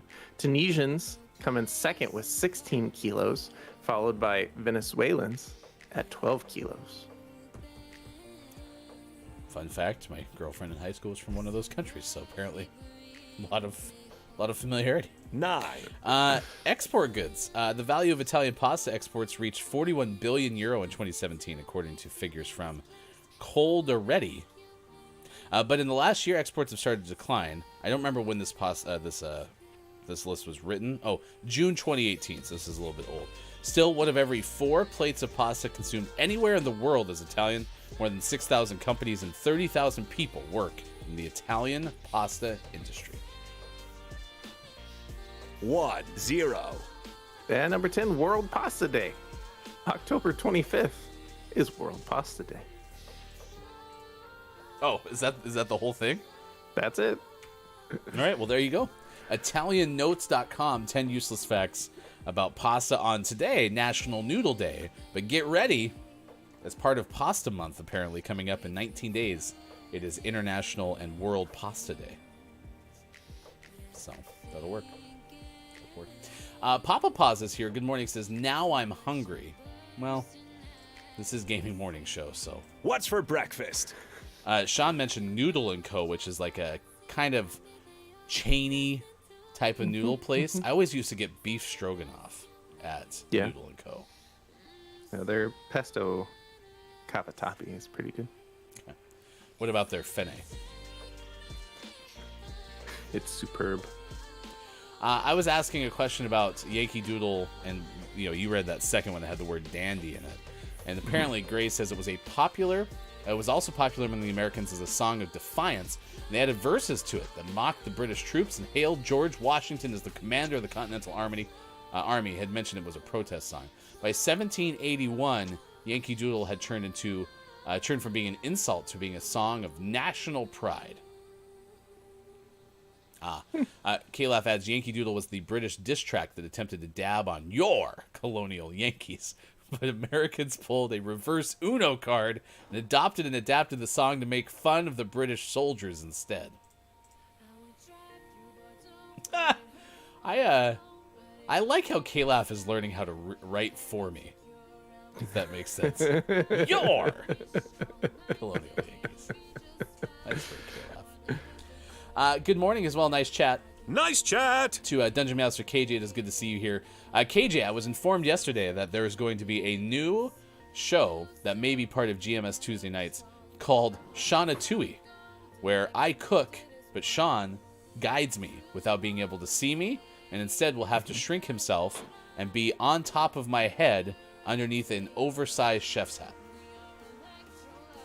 It's changed a little bit, but I still like it. Like I said, the exact concept that our head of culinary arts, Dungeon Master KJ and Sean, came up with yesterday. So. It's a good idea. We yeah, have Quiet's on enough board. toilet paper. Bob just said something about toilet paper. Yeah, he did. Alexa, cancel. Never mind. Quiet, I'd watch the heck out of that. All right, fine. I'll cook with you on my shoulders. It's going to be exhausting. I know a good chiropractor, so it'll work out. All right, it's time to see what we're tracking at this hour on Gaming Morning Show. It's 7:38 this morning. You can news if you wanna. And this story has to do with wisdom teeth. Do you still have your wisdom teeth in? I do. Okay. They're mine. You can't have them. So I've been being told that this is the conversation I've had with my dentist repeatedly. They're still in there. You don't really have to do anything with them, but you probably should get them taken out. But you don't have to. You have enough room in there. Don't worry about it. But you should probably get them taken out. But you don't have to. It's almost more annoying than just having my dentist tell me you just need to get them taken out. Yeah. Because do you think I'm going to opt into any surgery? No. See, I had room for mine. There haven't been issues. No one's even suggested I need to take them out, so I'm gonna keep them. And I have all my traditional stuff you get taken out: wisdom teeth, tonsils, appendix. I got it all. They're all mine. You can't have them. Sean's very possessive about his organs. From what kidney does Sean's gaming knowledge originate? Case in point. My pancreatic kidney. Correction. Sean's gaming knowledge actually originates from his pancreas, not his kidneys. Keep them all, Sean. In Virginia, Ben Hooper writes, Virginia 9-year-old becomes the youngest ever to have wisdom teeth removed. I will admit that I would much rather have this procedure when I'm older, even though they say like the sooner you get your wisdom teeth out, the actual easier the recovery is. But man, I could not imagine going through this when I was 9. I had a hard enough time like getting like cavities filled when I was 9. Nonetheless, this person got an unusual Guinness World Record when he became the youngest person to have wisdom teeth extracted. Guinness World Records said Ryan Scarpelli's orthodontist, Dr. Kelly Morgan of Morgan Orthodontics, noticed in April 2021 that the boy had a wisdom tooth and a molar growing on top of each other in the upper left side of his mouth. Quote, my orthodontist said it needed to be removed so that the molar could drop properly. The kid's tooth was removed when he was 9 years and 327 days old. He was basically 10 years old. Save me with this 9-year-old stuff. I bet the kid even said, I'm almost 10. Probably. But in his defense, because it was a record, the previous record was 9 years, 339 days. So those days did matter. Mom, I want to get my wisdom teeth taken out so that I could be the youngest ever to have it done. Yeah, you're right. Matthew Adams was the one who was 339 days old back in 2002. Wisdom teeth, the last permanent teeth to come in, typically show up and are often removed in a person's late teens or early 20s. Quote, it was scary, but it really wasn't that bad. Before I knew it, my mouth was back to normal. Nice. Just brush that off, kid. Nice work. So, yeah, my sister had hers removed in her 20s. That was fine. My father had them removed in like his 40s. Ooh. It just looks miserable. Yeah, I'd rather avoid it if possible. All right, we got sports coming up in 9 minutes. We'll tell you what Drew Mega's up to this weekend because playoff baseball starts. Quiet said, had to lose all mine. My mouth was too crowded. Yeah, I had to have braces, and so they took out a couple of extra teeth. Well, not a couple of extra teeth. A couple of the teeth that I believe were supposed to stay, but, you know, they needed to make space. So now my wisdom teeth have enough space to live. The only problem is I do have a very small cavity in one of my wisdom teeth. The problem is it doesn't keep getting any bigger. And it doesn't bother me either. So I'm sure there's no way this will come back to haunt me and make things a lot harder on me later in life. If it does become a problem, you just have to make sure to change dentists so that one can't be like, see, I told you. I got an assist for you. Nice. Long range assist. KJ said I was 14 and it was a terrible experience. I'm sorry. Yeah. Especially when you're 14 and it goes badly and then it's like, oh, I need to have more surgery later. And you're like, but I had such a bad experience when I was 14. I don't want to have more surgery. But you need to have it done. Surgery. Have you ever been cut open? Nope.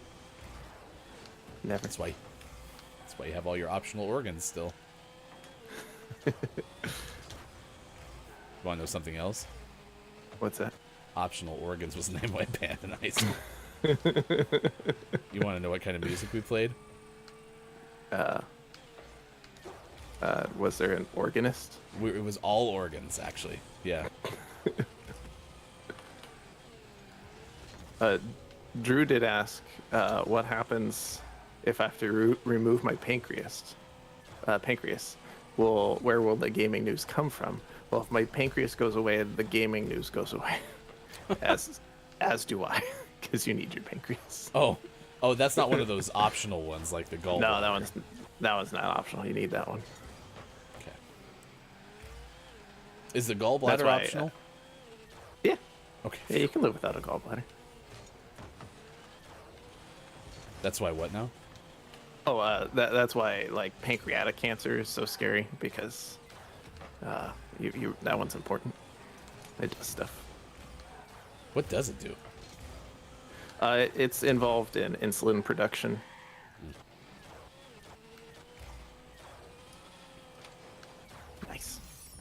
Papa Paws had mentioned, I remember a fast food pasta place in Cleveland that was so good, and I miss it. See, so you say that, and it makes me think, like, other than Noodles & Co., I can't actually remember. I think maybe in Portland, Oregon, there's a Pastatini or something, but even that one's more of a sit-down. Yeah, Noodle and Company is really the, like, fast food level pasta, at least around here. I know there are other fast food, like, pasta places and Italian places, but not around here. I guess my question then would become, why is that? Because that seems like kind of it's made for fast food, because it's got to be such a low cost, business, because pasta's not super expensive. Wonder why that hasn't taken off. Yeah, I don't know. Maybe we should open one. Yeah, KJ references Fazoli's, which is not as good, but it is fast food pasta. Mm-hmm. Yeah, that's the other one I've heard of. I've never been there, because to my knowledge, I've never been anywhere near one. They're not out here, are they? I have no clue. I didn't know they, honestly, I didn't realize I'm trying to solve a problem like this, because I didn't know the problem existed. So, I mean, what do we have? What's the latest thing that we opened up at Hefty Goof's Place You Can Eat? Now available at Hefty Goof's A Place You Can Eat. Just Wheats. Oh yeah, we opened a breakfast place.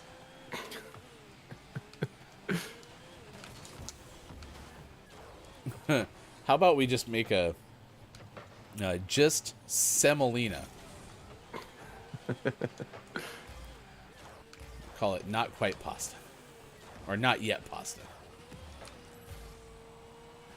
Good morning, Keith Anthony. What would it be called? Pre-pasta. Pre-pasta. Free pasta. Now that could be deceiving because it has the word free in it. So. Pasta light.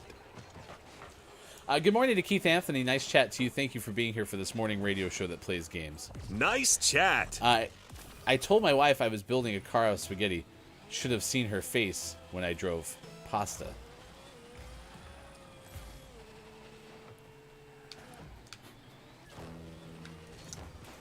When I drove pasta.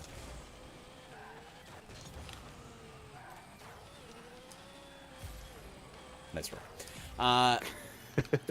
That's pretty demanding, King. King Gray said, all my pancreas has done for me is demand about tree fitty.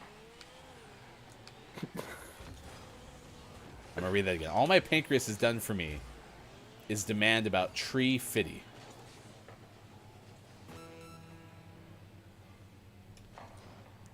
Am I missing something on that one? I'm not sure. Hey, Gray, let's say, hypothetically, two hosts of a widely popular morning radio show that plays games maybe don't understand what you're saying there. Could you, again, hypothetically, it's a reference. Okay. Could you, in my ear, just tell me really quick what the reference is to, please? Pancreas tree. We're definitely not Googling it right now. Nothing is more fun than when you're participating in a show and the people on the other side of the camera have no clue what you're talking about. That makes you feel really good, doesn't it, Gray? What is it? Do you know yet? Tree fitty is a catchphrase. Thanks, Gray, for DMing me. It's a catchphrase associated with a story about the Loch Ness Monster, originally told in an episode of the animated television series South Park. In the context of forums and image board sites, the phrase serves as the anticlimactic punchline in bait and switch stories, and that abruptly end with Loch Ness Monster begging for $3.50. It was the Loch Ness Monster. It's so funny because that's actually what I guessed it was about. That's so weird. Who says you can't have fun with this morning radio show that plays games? I think we need to spend more time on the internet. That's what I'm learning. Yeah, Keith said, I told my wife I was building a car of spaghetti. I told you about that. And said, Sean loves it. I could see the grit. That's true. I'm a sucker for a good dad joke. Shouldn't have seen her face when I drove. Pasta.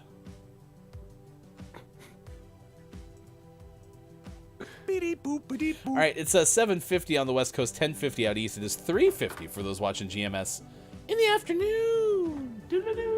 Fat Bear Week is happening. We'll tell you more about that, but you can go to the Katmai National Park and Preserves Instagram page. K-Laugh likely can link that again one more time if you want to take a look and see who you're rooting for.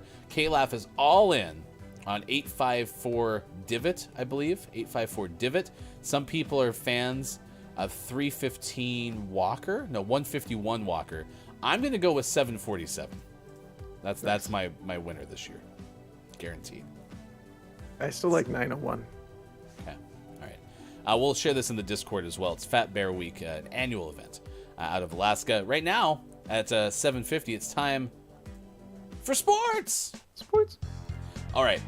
Baseball playoffs. I've put them on my calendar. This is how excited I am because we do the show. The last time I was this excited about the baseball playoffs, the Cubs won the World Series, which was 2016. So it's been a while. Drew Mega. It's going to be there. Drew Mega says, woo! Nope. There's no who in there. It's just, woo! I just locked down tickets to Game 1 of the Jays-Mariners wildcard game for this Friday. And that is right. The playoff schedule is set. Your Seattle Mariners. That's right. We're calling them the Mariners for the postseason. There's no more of this. Used to be the Seahawks football club that became a baseball team. None of that. When you haven't been in the playoffs for more than half my life. Yeah. That is kind of nuts to say, Sean. Yeah. It's pretty bonkers. It's a 107 first pitch out of Toronto. Now, this is the way these wildcard series go. There's 4 series. They're all best of 3, and they're all played in the same city, so there's no back and forth. They all are just straight 3 days, best of 3. So win 2, you're into the next round. Tampa Bay at Cleveland, 9:07 a.m. West Coast baseball, by the way, 9:07 Pacific start time. And then the Philadelphia Phillies, St. Louis Cardinals coming up at 11:07 on ABC on Friday. Seattle, Toronto on ESPN. And then the nightcap, your New York Mets, who only blew a 13.5 game lead. At least they made it. They're in the playoffs against San Diego. Man, that's going to be a fun series too. So Yeah. And I love this format of, like, if you just in general like baseball and just want to watch baseball, you can watch baseball all day long. All day long. Yeah, I'm gonna have, like I said, I'm gonna watch the Mariners game. I'll probably put on the Guardians game too. And then I'm curious how soon they would start the divisional series. Like, game 3, if necessary, would be on Sunday. So do they start the very next day? Because the reason I asked that question is I want to know if the pitchers kind of get a chance to reset or not. Because, again, in my mind, that's the biggest value in winning your division. It's not the bye. It's getting to have your rotation kind of set the way that you want it going into that next series. So yeah, it looks like the next round starts on Tuesday. Okay. So they'll have 1 day off. So you'd have your game 1 pitcher on Friday, Saturday, Sunday, Monday. So they would be out of rotation. So yeah, that's rough. Smart. But you have to make it worth winning your division, because in a season that's 162 games, you have to make it count for some reason, and that's a good reason to do it. So, all right. Drew Mega says, "Go Jays, go!" Listen, if Toronto beats the Mariners, I'm fine with that. I have nothing against the Blue Jays, but listen, it's been 22 years, no, 21 years. This is my favorite story about how to illustrate the futility that has been the Seattle Mariners. I moved to Oregon in 2001. I got here in September, like late September. So the Mariners had won 116 games, the most wins ever by a team in Major League Baseball history. They get defeated in the first round, the division series. But I'm out here, I'm like, oh, this is going to be great. I get to watch a playoff Mariners team all the time because I live on the West Coast now. That was the last time. Never again. All right. There you go. That is your baseball preview. Tonight, your Denver Broncos take on the Indianapolis Colts. That will start at 5-ish Pacific time. So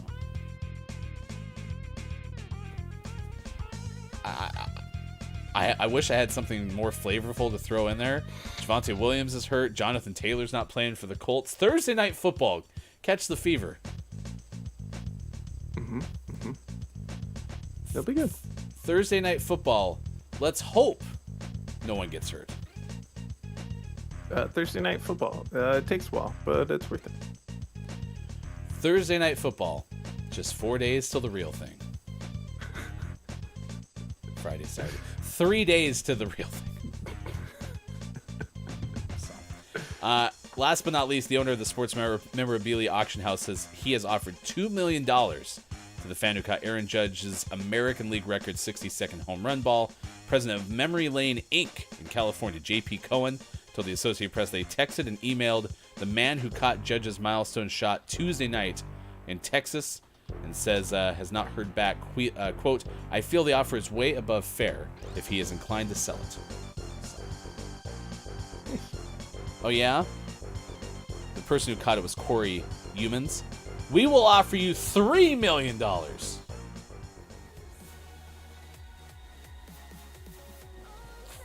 I just said Thursday night football. It's still football, technically. Yeah. And now on Amazon. We had Amazon Prime Video. We had Wednesday night football last night. We No, had we didn't. UCF beat SMU. Oh, okay, fine. Quiet's here. Go ahead. What was the final score? 41-19. Nice job. Wednesday night football. It's still football, technically. Quiet. Your! I was really going to be an annoying person to say Central Florida Golden Knights, but I won't. Your UCF Knights. Element asks, who plays tonight? Colts, Broncos. So, by the way, Peyton Manning's 2012 Broncos team started out 2-3. So if Denver loses on Thursday, they're just going to be 2-3, just like the Broncos were that year. And then they won 11 straight, and that's how it's going to work this year, right? Well, maybe you'll win 12 straight. We can. Yeah. Yeah. All right. Don't let the person floating from the balloons fall in the monster's mouth. Takeaways that were pretty okay. Clip of the day, and we wrap up the show. Final Hour Crew is next on Thursday, October 6th, 2022. Thanks for being here. Facebook Gaming, Twitch, YouTube, Twitter Spaces, and GamingMorningShow.tv. I am fearless. Oh, I'm telling you, I am fearless. So limitless, limitless. I am fearless. I am ready now. I am fearless. I will shatter the silence. I am fearless.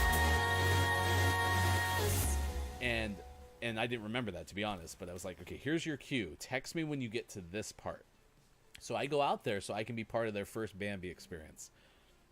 Mama gets shot off screen. Bambi's running around like, Mama, we made it. Kids are fine. Ice cold. What is wrong with my children? At least they didn't go full on cycle and they're like rooting for the hunter. They're like, yeah, get her. Man, Get her, man, yeah. man. Oh Finally. my gosh. Morning, Right? How long is it going to take Bambi's mom to get shot? Seriously. I was shocked. So then my sister, for some reason, had texted me in that the exact same moment and said, hey, we're shopping for Christmas gifts. What do your kids want? I'm like, can you find them some emotion? Oh Maybe my some gosh. rifles. It was Like, brutal. yeah, let's No, go get Bambi's don't mom. give them any hunting rifles. Cold. Good morning. Interpretation better. I like coming up with alternate lines to that lyric. Whoa, we're halfway there, and then you just try to rhyme with "living on a prayer." My favorite one is "lizard on a chair." Oh, nice. Oh, lizard on a chair. Lizard on a chair. some really Bear good with some hair also gets the kids. They like that one a lot. Bear with some Bear hair. with some hair. All right, give us two more, Mike. We'll go to where was it? REM's Losing My Religion. That's me in the corner. That's me in the spotlight. Why is Kermit singing someone this song? heard. What's that? Why was Kermit singing the song? It was a little Stewie-esque. It happens. Super. Can we have a rating? People here, let's pee in the corner. Let's pee in the spotlight. That one's better. I like that one. He's a tank? Do I press this thing? Do I want the black market? Yeah, that's my stick. So that's what Loba's special power is. And it lets you take anything that's on the ground. You can get 2 items and unlimited ammo based around, what's in that radius of that stick. Right, I'm just going to go ahead and... How do I grab hitting... Okay, I died. Did you just fall off? I was trying to grab the zip line. It's all right. It's all right. That happens. Where are you? Oh, it put you upstairs. That's a bummer. The Rock of Gibraltar. Right. Well, the good news is you landed right by the respawn beacon, so that's convenient. I did that on purpose. Dr. Chick's giving you some advice. Alternator, flatline, volt, 301, 99, hemlock. I agree with all of those except the 99. Is that a football play? Like... On 2. Ready? Break. We hit 0. Kids on your bow rat. It was egg on your face. Oh. Because that image is, of course, one of the most searched for images, search results available for face. Chicken babies on your mustache. We're gonna lose because of this one. Anyone want to take a crack at it anyway? Because I think we're out of skips. But this is the blank of the blank. But when it doesn't load, we automatically lose because this is also another way to make this game even more entertaining. Eggs on your singer. Eggs on your Freddie Mercury. The suit of the loading. I love the suit of the loading. I remember the first time I saw the suit of the loading. I was in Hawaii. My family was taking a vacation. We went to the mall. We're like, what do you want to watch? I don't know. We watched the suit of the loading. You can get confused, but yeah, no, they're very, very, very different. They're different?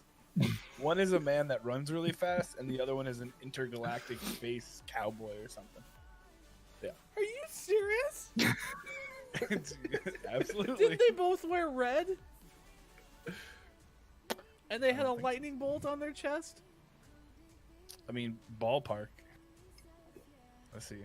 What is Flash Gordon? I mean, Flash Gordon did kind of wear red, but he has like a star on his chest, not so much a thing. I mean, yeah. Yeah.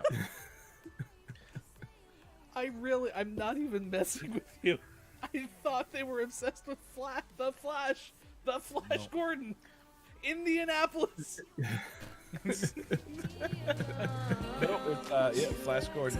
It's a game that I'm willing to play, but the joke's on me. I'm in too deep. Now I'm afraid to leave. Thinking about the alley where you grabbed me, smacked me, and laughed at me. Coming up on Gaming Morning Show. Don't let the person floating from the balloons fall in the monster's mouth. And GMS, Morning Gaming Renews. Get ready for your takeaways that were pretty okay. And the clip of the day. Find GMS on Facebook Gaming, Twitch, YouTube, and GamingMorningShow.tv. And follow us on Twitter @WatchGMS. It's all coming up on Gaming Morning Show. Time for hour number 3, right now.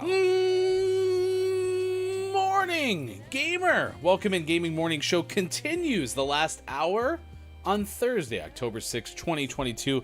Broncos Colts coming up tonight. The Battle of the Horses, as Element of One says. We also have Don't Let the Person Floating from the Balloons Fall in the Monster's Mouth. That is happening very soon on this morning radio show that plays games. It is National Noodle Day. Asking you what's your favorite way to eat noodles. Please let us know. It could be methodology as much as it is what dish. Because we've heard toes and dry pasta and all sorts of techniques today. Toes are the best. Good for swirling. The slurp sound is one of the worst sounds in the history of ever. I mean, as we learned yesterday, though, when Bob gets The into worst sounds. GMS ASMR. Oh, never mind. I said too much.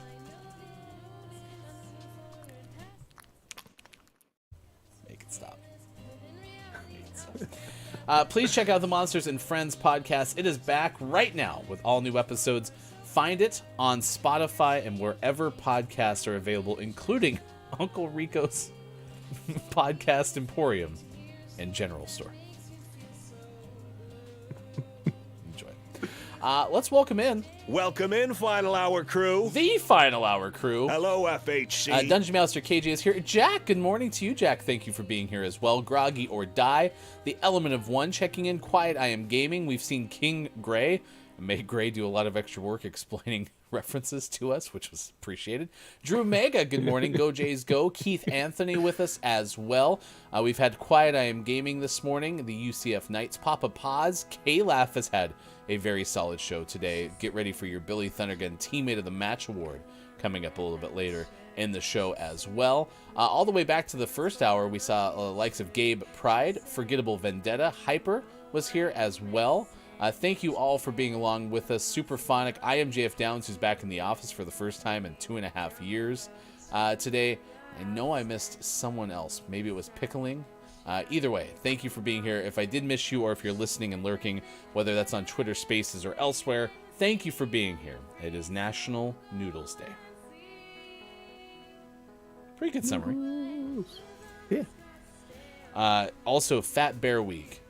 Be sure to check it out from the Katmai National Park and Preserve. I don't think we repasted a link, so if you happen to have one handy, we'll throw that in there. You can root for your favorite fat bear in this annual event. So, pretty good reset? Yeah, pretty good. I can't, however, figure out how to vote for the Bears. It's sad. It's too bad. You have to like and subscribe. There's the explore.org link. Meet the Bears. K-Laugh might know more. Fat Bear Week. Dungeon Master KJ says, I love my nudes gluten-free with fresh tomatoes and vegan Parmesan cheese. Tomatoes and pasta, even like chunkier marinara sauce, that's pretty okay. So, I do like a good... Oh, you got Voting it? starts at 9 a.m., so I'll be able to vote after the show's over. Oh, gotcha. Yeah, I think like a good Alfredo when it has some sort of meat in it. Like a shrimp scrapple. Alfredo or like a chicken Alfredo. Or Scrapple. Oh, gross. They even have like seafood Alfredo. That's pretty good sometimes. All right, back to the game. To see the record for the most balloons banked in Don't Let the Person Floating from the Balloons Fall in the Monster's Mouth, remember to type the easy-to-remember acronym, DLTPFFTBFITMMREC. Our all-time streak is up to 536 banked balloons, and you can help us add to it right now. Guess letters or words, take the big swing, and let us know what you think this history puzzle is. Hello Hello, FHC. to Heavenly Soul says, I'm so excited for today. Is it because it's National Noodles Day? R, F.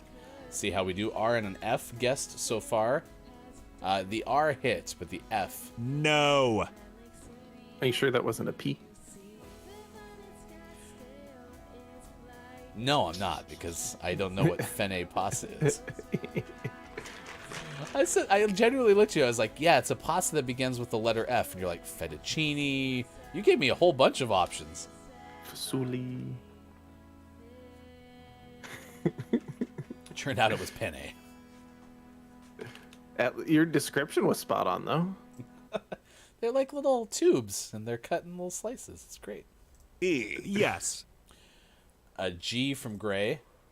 G, no. Smith.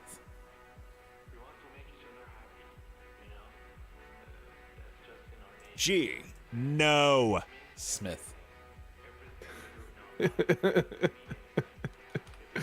Nice. Soul says I got invited to be in a Minecraft SMP for creators. I am stoked. It's my first one. Congratulations, Soul. I don't know what an SMP is, though. Anyone know? I've heard it. I don't know well enough to explain it. Jack said, after living in Japan for nearly 10 years, I love having udon noodles with an egg in the soup. Bomb. And that's interesting because I did bring up at the beginning of this discussion that you have, many ways to have pasta beyond just like traditional Italian dishes, right? Ramen, and some people have brought up soups and those kind of things. So, yeah. An I from Seoul. I. Cha-ching! Okay, wait a second. So, Quiet goes, That's a big swing. Emperor Hirohito. As we're talking about Japan, are we serious right now? Yeah. Are we have- getting so good at we're this psychic. game we can predict it? Yeah. All right, what's the next puzzle before we see it? Quiet. Cracked. Wow. We're at 54 bullets now. That's the saddest part of this game, is the ones never get separated correctly, so it literally looks like 54. Now I don't know why that is. Space your fonts, bruh. Yeah, come on. Get your act together. Could See how this good be... ours is? Yeah, we can read Let's do it. that. Sean, it's famous athletes. Could this be the one, finally? Shaquille O'Neal. They misspelled it again, though. Soul says a big Minecraft server, generally with lore and the storyline, any storyline that gets built on from the start. Well, congratulations. Can we get a round of applause for Soul?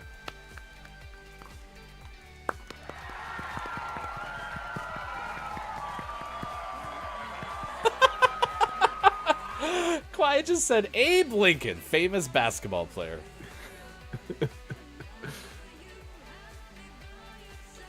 Jack says, sad will be the day when Quiet and K-Laugh take the day off from this game. Oh, it's happened before, Jack, and it is a struggle bus. It's stressful. Quiet guessed O, and then Apollo guessed J. Oh, Jay. It was not, though. Quiet was, that was not me, but thank you.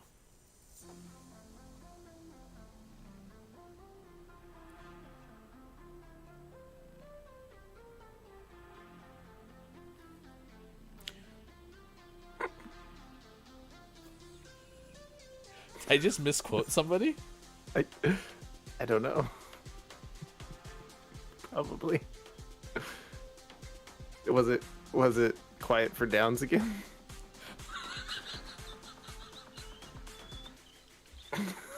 Oh, so now it's. Oh. Do you just not like King Gray? I don't know.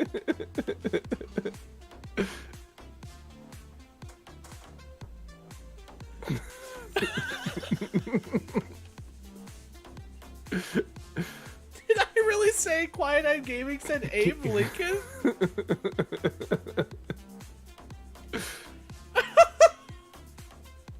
Why am I doing that to King Gray so much? Gray, I apologize. Yeah, your refund on Patreon is on its way. I am so sorry to you, IMJF Downs. I keep misidentifying you. Wink.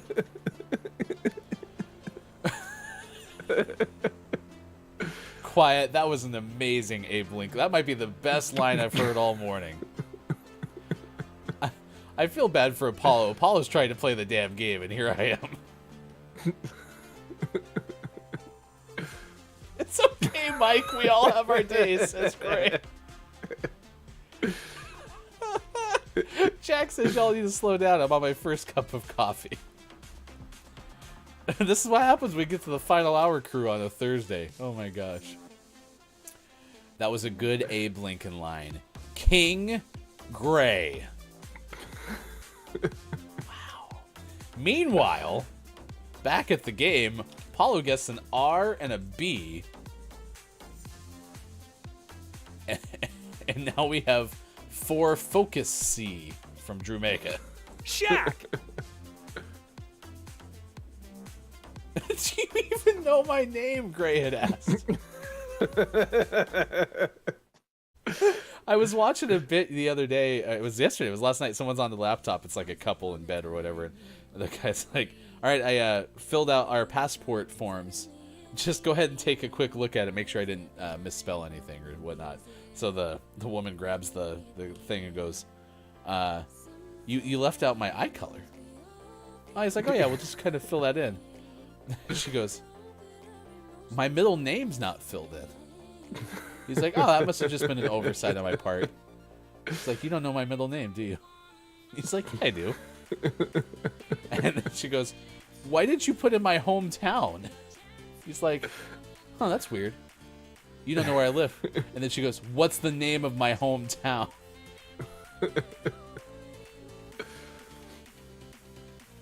Sorry, King Gray. Quiet Guess is a T, an S from Drew Mega, and an A from K-Laugh. Cha-ching! That's kind of where we're at now. T blank blank, blank O blank, AR blank. Famous athletes. Thank you for the lurk and drive, KJ. We have an I from Quiet. By the way, can I acknowledge, thank you so much for starting to put lowercase I for me. It has helped tremendously, and I appreciate it. I like all the other letters being capitalized, but I appreciate the I being lowercase. Oh, Tim Howard. One of the most famous U.S.-born soccer players, right? Was longtime U.S. national team goalie for the men, right? Correct. This worked. Yes. Abe Lincoln. All right, last one. This one is fictional characters. We're up to 545 banked balloons.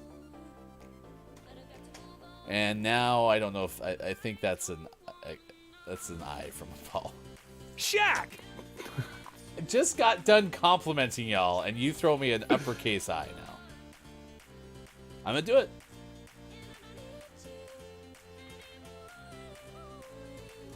I-T. No. Did you say Shaq as in fictional characters? Maybe. S-H-A-Q. Harold Potters. Hello, Harold Potter. Oh, that's actually a wise move for Gray to start bracketing Gray's comments with tacos.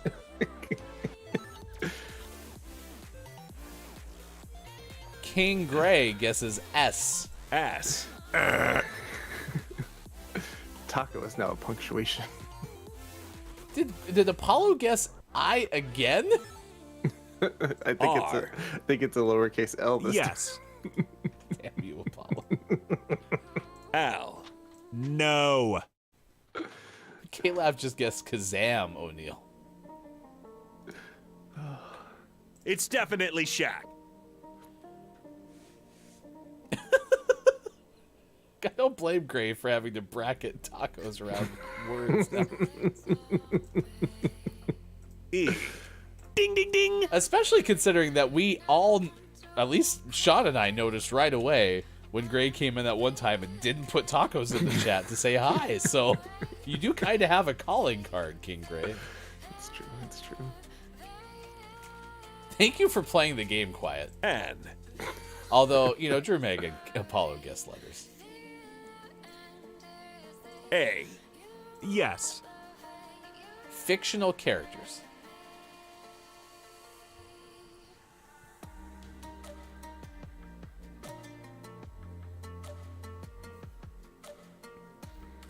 Wait, did Quiet guess Tim Howard, then put a question mark and said, I have no idea who that is? So you got it correct without even knowing who you were talking about? That's a big swing.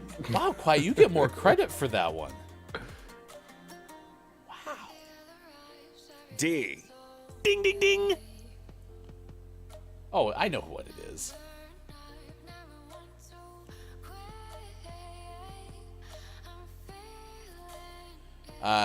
Apollo said that's only one N. I take it back.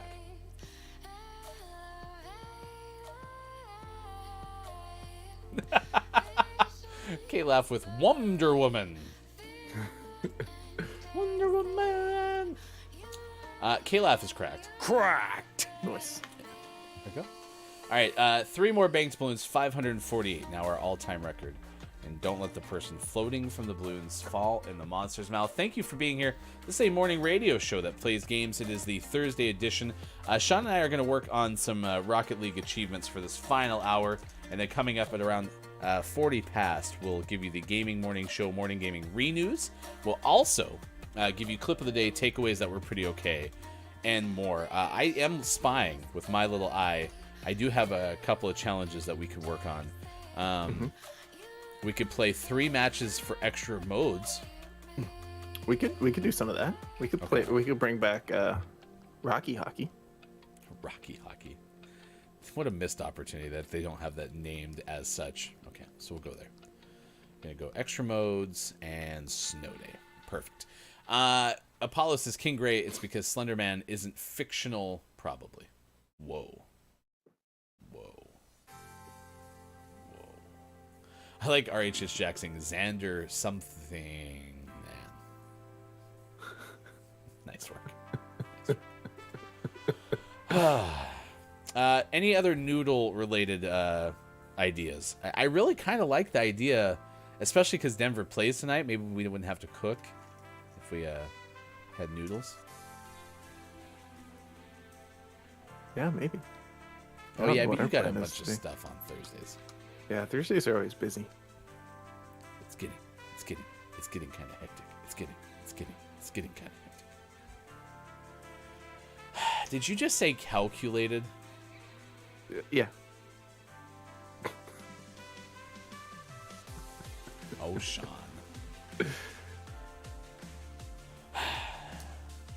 Miscalculation yesterday, and now we have calculated. Yeah. Nice.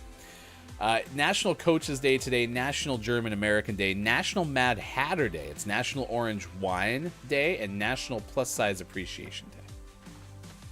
What is orange wine? So imagine wine. Okay. But orange. You gotta know. First, you take white grapes, mash them up, and put them in a large vessel. Then you typically leave the fermenting grapes alone for 4 days, to sometimes over a year, with the skins and seeds still attached. Huh. And then, boom, orange wine. No, I remember that song. Orange wine. Stay away from me. Let my grapes be. Often, orange wines are so intense that you might want to make sure you're sitting down when you first taste them. What is the source on this? Winefolly.com. I can just picture be like, I'm excited to try orange wine for the first time.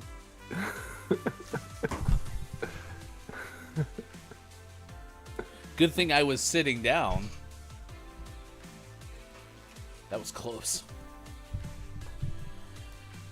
Slender Man was a superhero team reject, according to Jack. His power being slender. Nice power. Go hide in the woods. Lamau.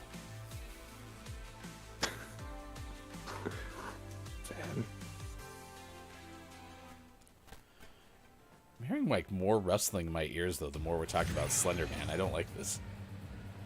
Oh, it's probably just Bob. Bob, you okay in there? Bob likes it. It's not an answer.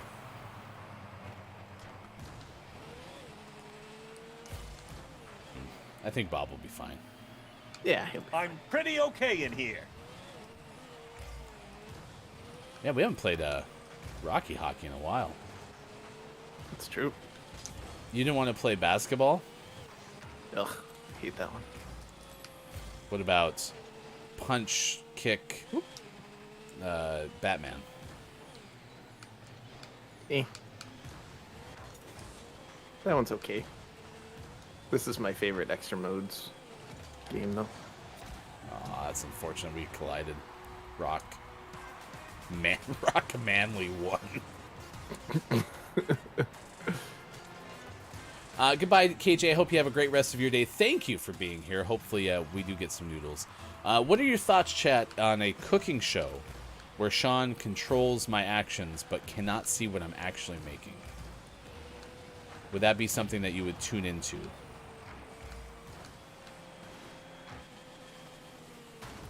Apollo said, I mean, whatever is happening to Bob, at least he likes it, so he must be fine. Exactly. See, Apollo gets it.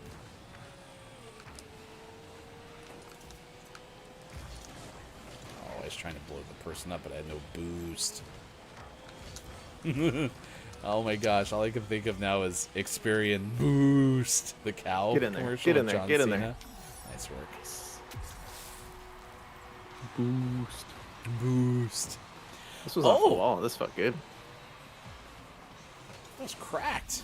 Nice work. Cracked. Drew Megan says, ooh, first time I'm seeing this hockey-themed mode. Yeah, we've only played this a little bit on stream, but we have played this quite a bit when we're trying to get achievements and such. It's not unfun, which means it's fun. Yeah, I enjoy this one. It's just the physics of the puck is frustrating sometimes. Yeah. So. Oh, speaking of physics, I missed the beach ball mode. When was that one back? That was just no, that you're one saying time. in Yeah, you missed I just in missed it. general. Yeah. Speaking it was of, great. Man, I hit Manly again. Jack said I would love that cooking show. Interesting. King Grace says honestly that type of cooking show was fun when I got to do it. I bet y'all will have fun too. So you had somebody guide you on how to make food, King Gray, but they couldn't see what you were doing.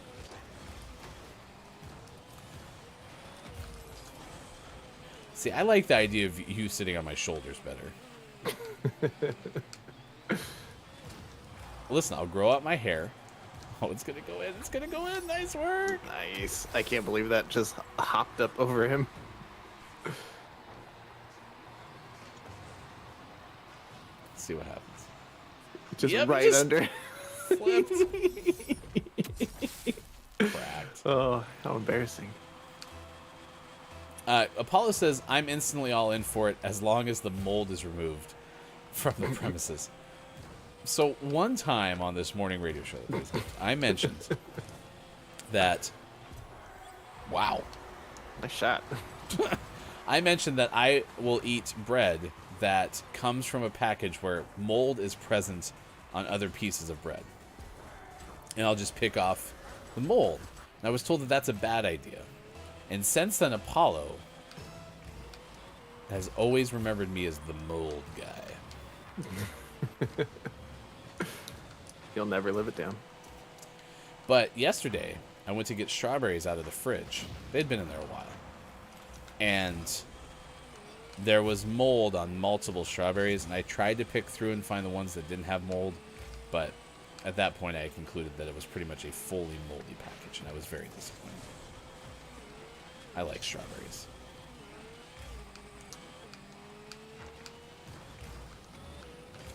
Now Apollo's going to yell at me. You mentioned it was a common... Yeah, I didn't shy away from... Like, I didn't, like, pick moldy bread to just eat. But if it was moldy, I'd try not to throw away the whole package. So... Nice. Gray says, yeah, I couldn't see what they were doing. They have to give me instructions only via Discord voice chat. I had to listen and follow directions. It was super fun. Yeah. I don't like cooking. What kind of dishes would we make? Well, I mean, with all the talk, we'd have to do homemade pasta at some point. Oh, gosh.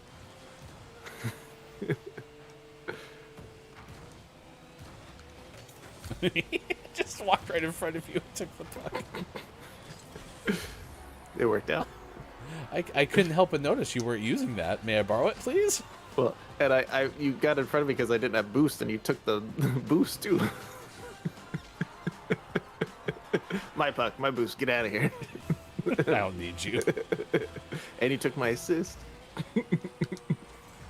Apollo said this past weekend at work, I had to throw away like 80 corn dogs because 4 of them had mold spots on them. Oh, that's see, and that's why it's really hard because yesterday I really wanted the strawberries, but also because I just dislike wasting food. But they had happened to get placed in a part of the fridge, and I wasn't looking for them, and so I like opened up the fridge to try to find a vegetable or something, and they were in the drawer with those. I was like, oh man.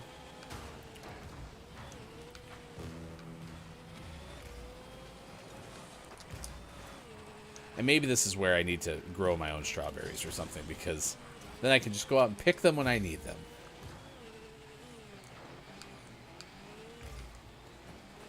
Apollo says, pick a day for the show, find out what food or dish is celebrated that day, and then make it from scratch. Yeah, I mean, that would make sense. We could look at the days of the day. Mm-hmm. Mm-hmm.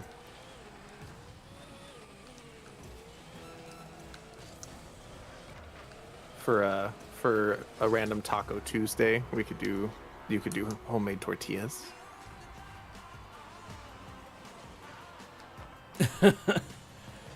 Paulo says, trust me, I despise wasting food with a passion. I just like working in an establishment where I have to toss out completely edible food instead of just handing out to people who need it. We talked about that the other day on the show, and about trying to find ways to promote zero food waste, but actually do that. Because one complaint I have is Kroger, the national grocery chain. I saw on one of their trucks that they had, our goal is zero food waste, but that's the same chain that didn't allow people to come get food when their freezers died. And the reason for it was, I talked to a friend of mine who's better at understanding the legalities of this. I'm gonna play again, by the way. Than I am, and said it's they just do that mostly to avoid lawsuits. Mm-hmm. And I assume that to be true. I don't know that to be true. I would be totally open to having someone from, Kroger's PR team, to talk about that kind of thing, to be fair to them. But it just seems like that. Like, honestly, I've even thought about that myself. We were talking about in the same show how I'll take like a McDonald's free item and then try to drop it off to somebody who I see looking for food. And I wonder about that all the time, Sean, where it's like, what if I give that food to somebody and then they get sick because of the food, and then it's like, well, I got it from the person whose license plate was this. Like, I could see that actually happening in very rare instances, but yeah, that's the kind of thought that can make people shy from doing it, which is a shame as well. Yeah, absolutely. And especially when you're a large corporation, you're always trying to balance those things, and sometimes you get into, the match has concluded. That was weird. Winners! You get into situations where there's just no right answer. You're either going to look like you're wasting food, or you're going to put yourself in a situation where you're opening yourself up for legal issues, and it's a systemic problem, right? Well, and if you lead with your heart, if you lead with compassion, then, I mean, wouldn't the phrase, hey, we decided to feed all these people, we did lose, tens of millions of dollars because of litigation that came from it, but we still netted a profit of hundreds of millions of dollars. That's where I feel like that tiebreaker should be, and I realize that. Yeah, but the legal system, doesn't give a damn about your heart if people are going to have a chance to sue you because they had food that had a small chance of being bad, but you did the right thing anyway. Like, they're still going to be able to sue you. No, I'm not saying they wouldn't be able Yeah. to. I'm saying that would be worth the cost to the company. Yeah. It's like, we know every year we're going to lose, X amount of millions of dollars because of lawsuits that we have to settle. Yeah. I'd be for that. Yeah, but then you're going to have the PR of Kroger was sued again for making people sick, and people are only going to see that headline, not going to look at it at all. Like, it's just, it's hard to do the right thing sometimes. It sucks. I wish it was easier for large companies. I think the smaller you get, the easier it is, right? But I feel like it's hard for large companies sometimes to do the right thing because It's easy to make out large companies as the evil entity because oftentimes they are the evil entity. I just think it's tough to reconcile again. Yeah, advertising our one mission. That wasn't probably what it said on the truck, but it said, our biggest we only goal care is about zero food waste. Yeah. So that's where my frustration was. I think, like, I hear what you're saying about the smaller you are. The downside, though, is if you do get one lawsuit, that might make it over. You know what I mean? Yeah. So maybe this is a good, like, segue into really exploring partnerships, like, wholeheartedly, in the sense of, like, okay, I think you are right that the potential downside to Kroger's, like, business model could be hindered by, like you said, people don't read the full article. It's very much a TLDR. It's like, tonight on the nightly news, Kroger sued again for, right? So I get what you're saying. Kroger poisons hundreds of homeless. Yeah. So maybe there's a partnership where it's like, we, work with this organization, but I realize that we're not going to create a full solution in the remaining 5 minutes we have. So. All right, thank you for being here. We are playing some Extended Rocket League in the final hour crew.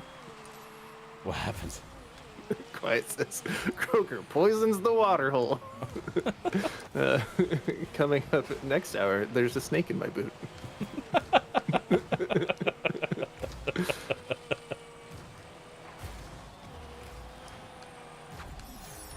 I didn't know if that was going to get in there. I didn't think, and I was flopping around on the ground and almost blocked it.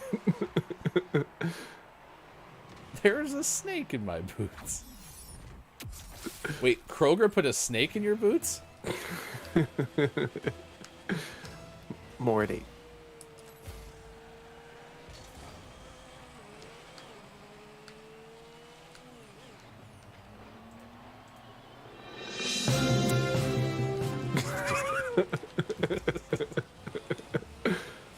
All right, after this game, we'll give you the Gaming Morning Show Morning Gaming Re-News. We'll ask you for your takeaways that were pretty okay. What's something you learned from today's show? And if you are watching on Twitch, we will send you somewhere via the raid. That's all coming up in just a little bit. We're playing the hockey mode because we're trying to get some of our extra mode requirements for... We're on stage 2, right? Correct. Yeah. And then I do think if we don't have any of these kind of things when we're working on achievement-focused type stuff, we should do the 2v2 mode. Yeah, for sure. That'll rack up a lot of the more generic, shots on goal, goals, assists, that kind of stuff will be a lot more plentiful on 2v2 and competitive. I think Stage 2, at least for me, has a, play 50 competitive matches or something like that. Okay.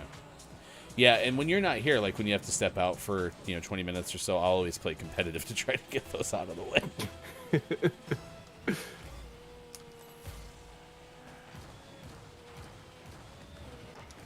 Oh yeah, I forgot to tell you that I was telling you earlier that I was out doing food delivery and that we had one very tough food delivery where it's like, the order's been picked up. No, it hasn't. Ask the restaurant to make more.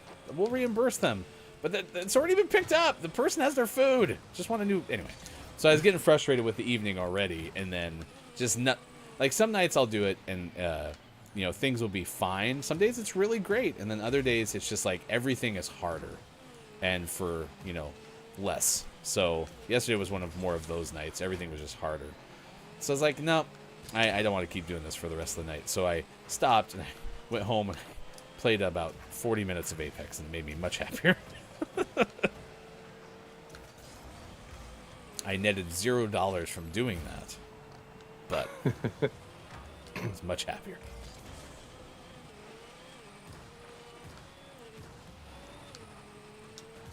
Oh no! Oof.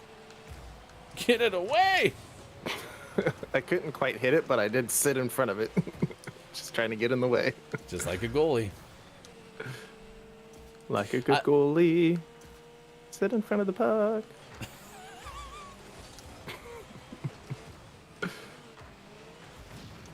That's a good reminder. Thank you. GMS Tuesday nights debuted a couple nights ago. Big thanks again to Element of One, VG Did Try, and Hey, it's Brendan TTV for playing on GMS Game Night. We had the game of life. Next week, it's GMS Fudge. The Sports Doc Gaming plays through Resident Evil Village. I will be there too, and we'll have my best courage suit on. What'd you say, courage suit? Courage suit? Like the lion from The Wizard of Oz had a courage suit. You mean his skin? Yep, I'll be wearing the lion. What happened to the Cowardly Lion? Why is Ryan wearing a lion hat? I don't know where he went.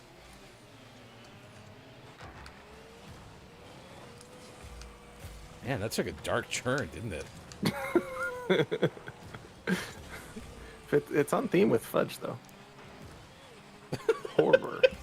Quiet goes. Well, we had a good run. Unfollows. Hey, we've talked about taxidermy on this show before. I didn't feel like it had such the murderous undertone that I just took it, but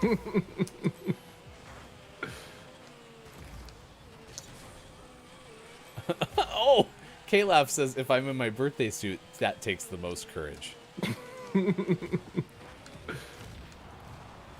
Hey, Caleb. Or not Caleb. Hey, quiet. If I decide to play Fudge, but without clothes on, does that make you re-follow?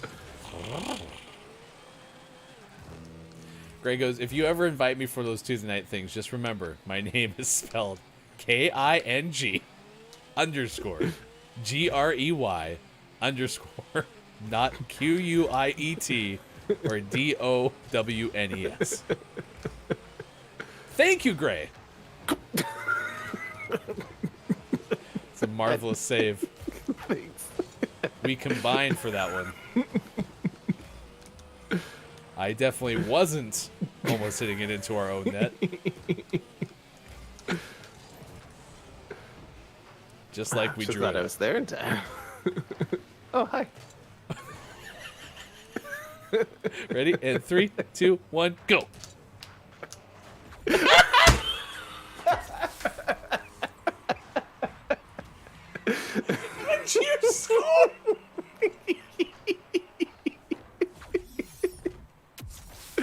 Everyone's saving that clip. How is that possible?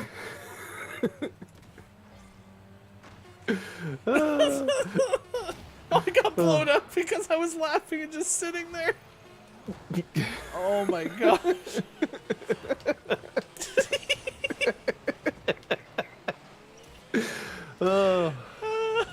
Yeah, I'll tweet that clip out in a couple minutes. That was fantastic.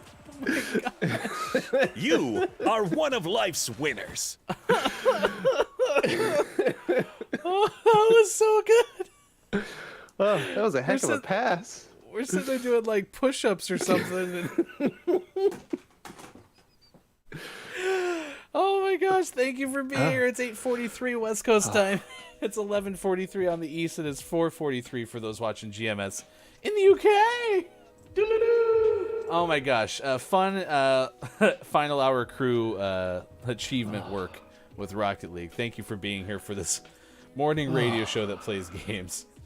That was a lot. That was a lot. Jack was that poor dude. I got this. What the? Seriously, what the football just happened? Stolen. Actually, I feel like that's a better story if that person goes, "Oh, I was passing it to them. They were right there, and I knew I could." It's like a hockey goal. You deflected it off your teammate. That's good. All right, we'll get that clip out. You can find us on Twitter at sports.gaming, at HeftyGoof, and at WatchGMS. That is your hashtag video game expert, Sean, and it is time again for the Gaming Morning Show Morning Gaming Re-News. Please get ready for your takeaways that were pretty okay. What is something you learned from this morning radio show that plays games?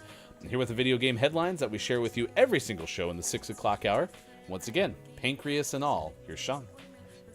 Good morning. It is still Thursday, October 6th, 2022, and this is your Gaming Morning Show Morning Gaming News.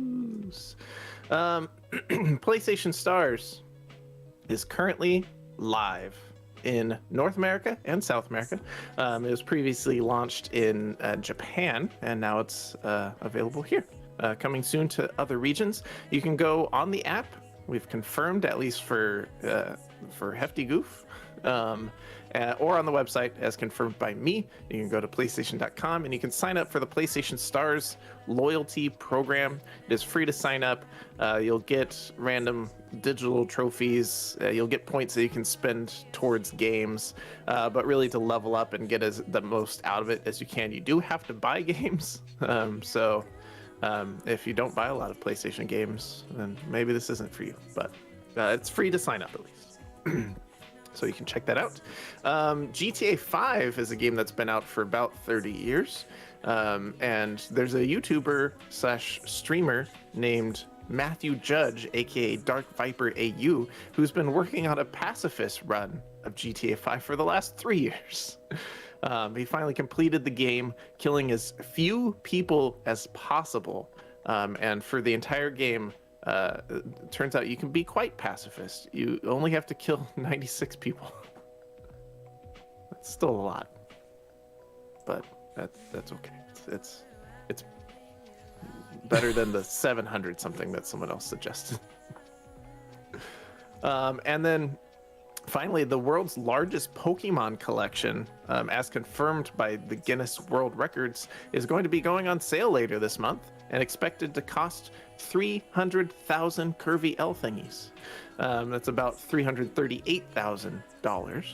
This was reported by the BBC. The collection will be sold as a single lot at an auctioneer house with a guide price of between £250,000 and £300,000. This contains over 20,000 individual items that have been amassed over the last 25 years. It does include Pokemon cards and games and figurines and anything you can imagine in the Pokemon world.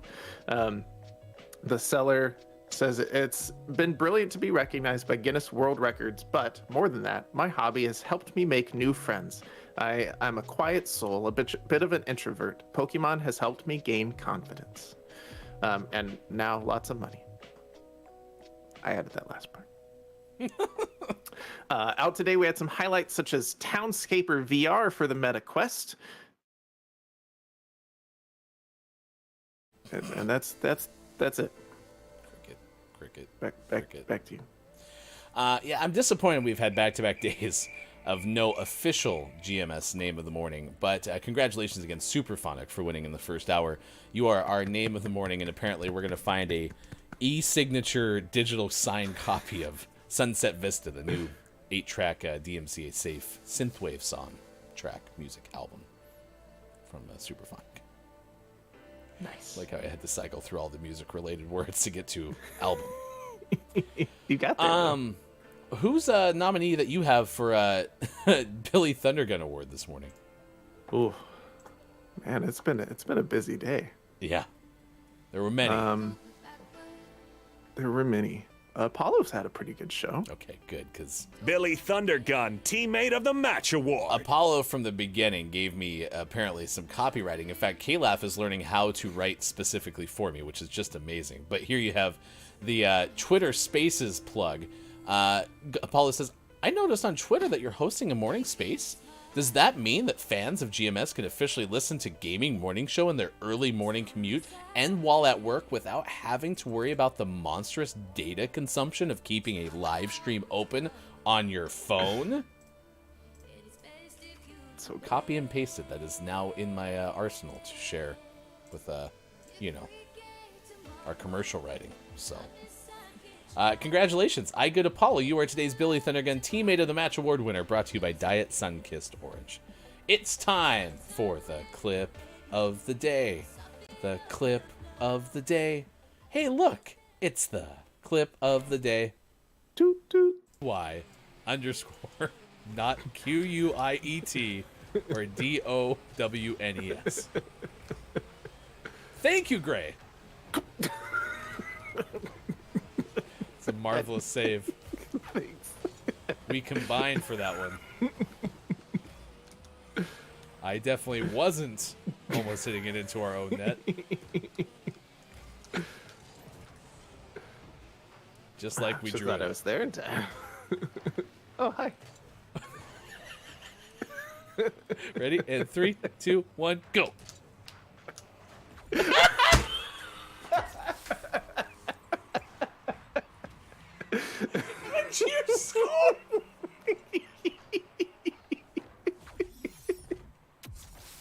We'll saving that clip. How is that possible? What a churn of events that we had just there. It started with me kind of just being over in no man's land, and then brought it back, started doing flippy flips, and you score a goal. It was so good. All right. What are your takeaways that were pretty okay, chat? And then we are going to send you over to Potentina.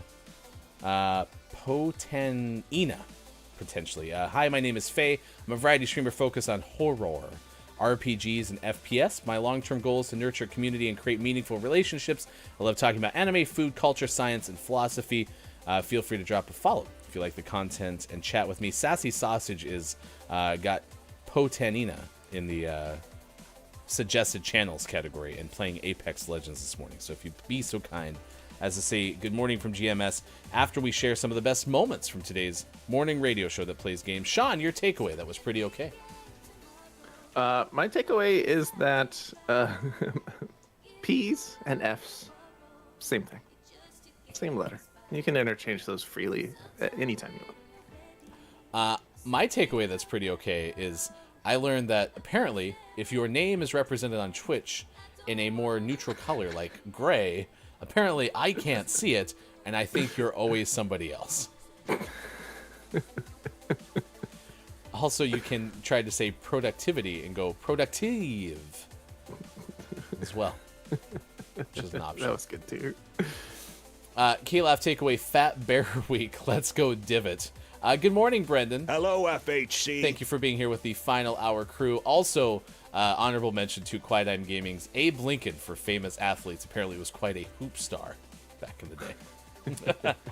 Takeaway that was pretty okay from Drew Mega, King's Pancreas only gave him Tree Fitty. All of that probably makes sense, but I'm still confused. All right, we'll be back tomorrow as we are Monday through Friday, 6 to 9 a.m. Pacific time on Facebook Gaming, Twitch, YouTube, and at gamingmorningshow.tv. Thank you again if you were watching today on Twitch, YouTube, or Facebook Gaming, but also if you were listening or lurking, including on Twitter Spaces. Thank you for finding us wherever you may be. This has been Gaming Morning Show. Please enjoy today's best moments. For Austin, for Sean, I am Hefty Goof. We'll see you again tomorrow. Gaming Morning Show. To level up at least these first couple levels, it appears like you have to be spending money, which again we've talked about. To get up to level 2, you have to buy a game from the PlayStation Store to unlock it, and you get a bonus collectible. When you hit level 3 by buying 2 games, you get a birthday collectible. At level 4, by buying 4 games, you unlock chat priority routing, basically early access to customer support queries through, though in a fact, Sony said wait times are subject to availability. Oh my gosh. So, we'll see. At least it's free, other than buying the games, but at least signing up is free. Yeah, signing up, I'm in. I'm level 1 of PlayStation Stars, and I can't wait for the Battle of the PlayStation Stars, where we all get to go fight each other. I'm excited for dancing with the PlayStation Stars. I do want to know. Sorry, it's just we don't write the rules. It's just clearly proven by data.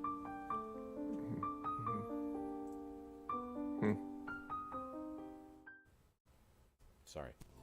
I'm sad. We don't want it to be this way. It just is. Any other birthdays tickle your fancy? Not after that.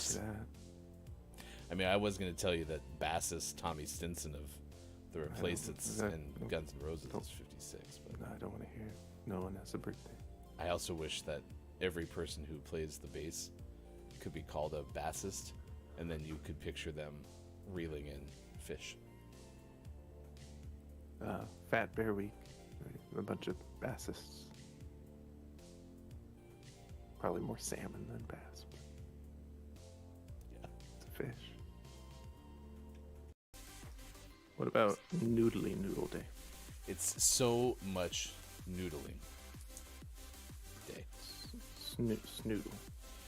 We're asking what's your favorite way to eat noodles. I think I'm gonna go with like a pasta dish. I do tell you that I, maybe unsurprisingly to those who know my philosophy on sauces, actually really appreciate like the F noodle. Fettuccine? Nope. Fasuli? No. Fasta? They're like they're the chopped up tubes. Penne? It's penne. The F one. Is that the one you were thinking of? Yeah. I love penne pasta. Rain, the stars come out.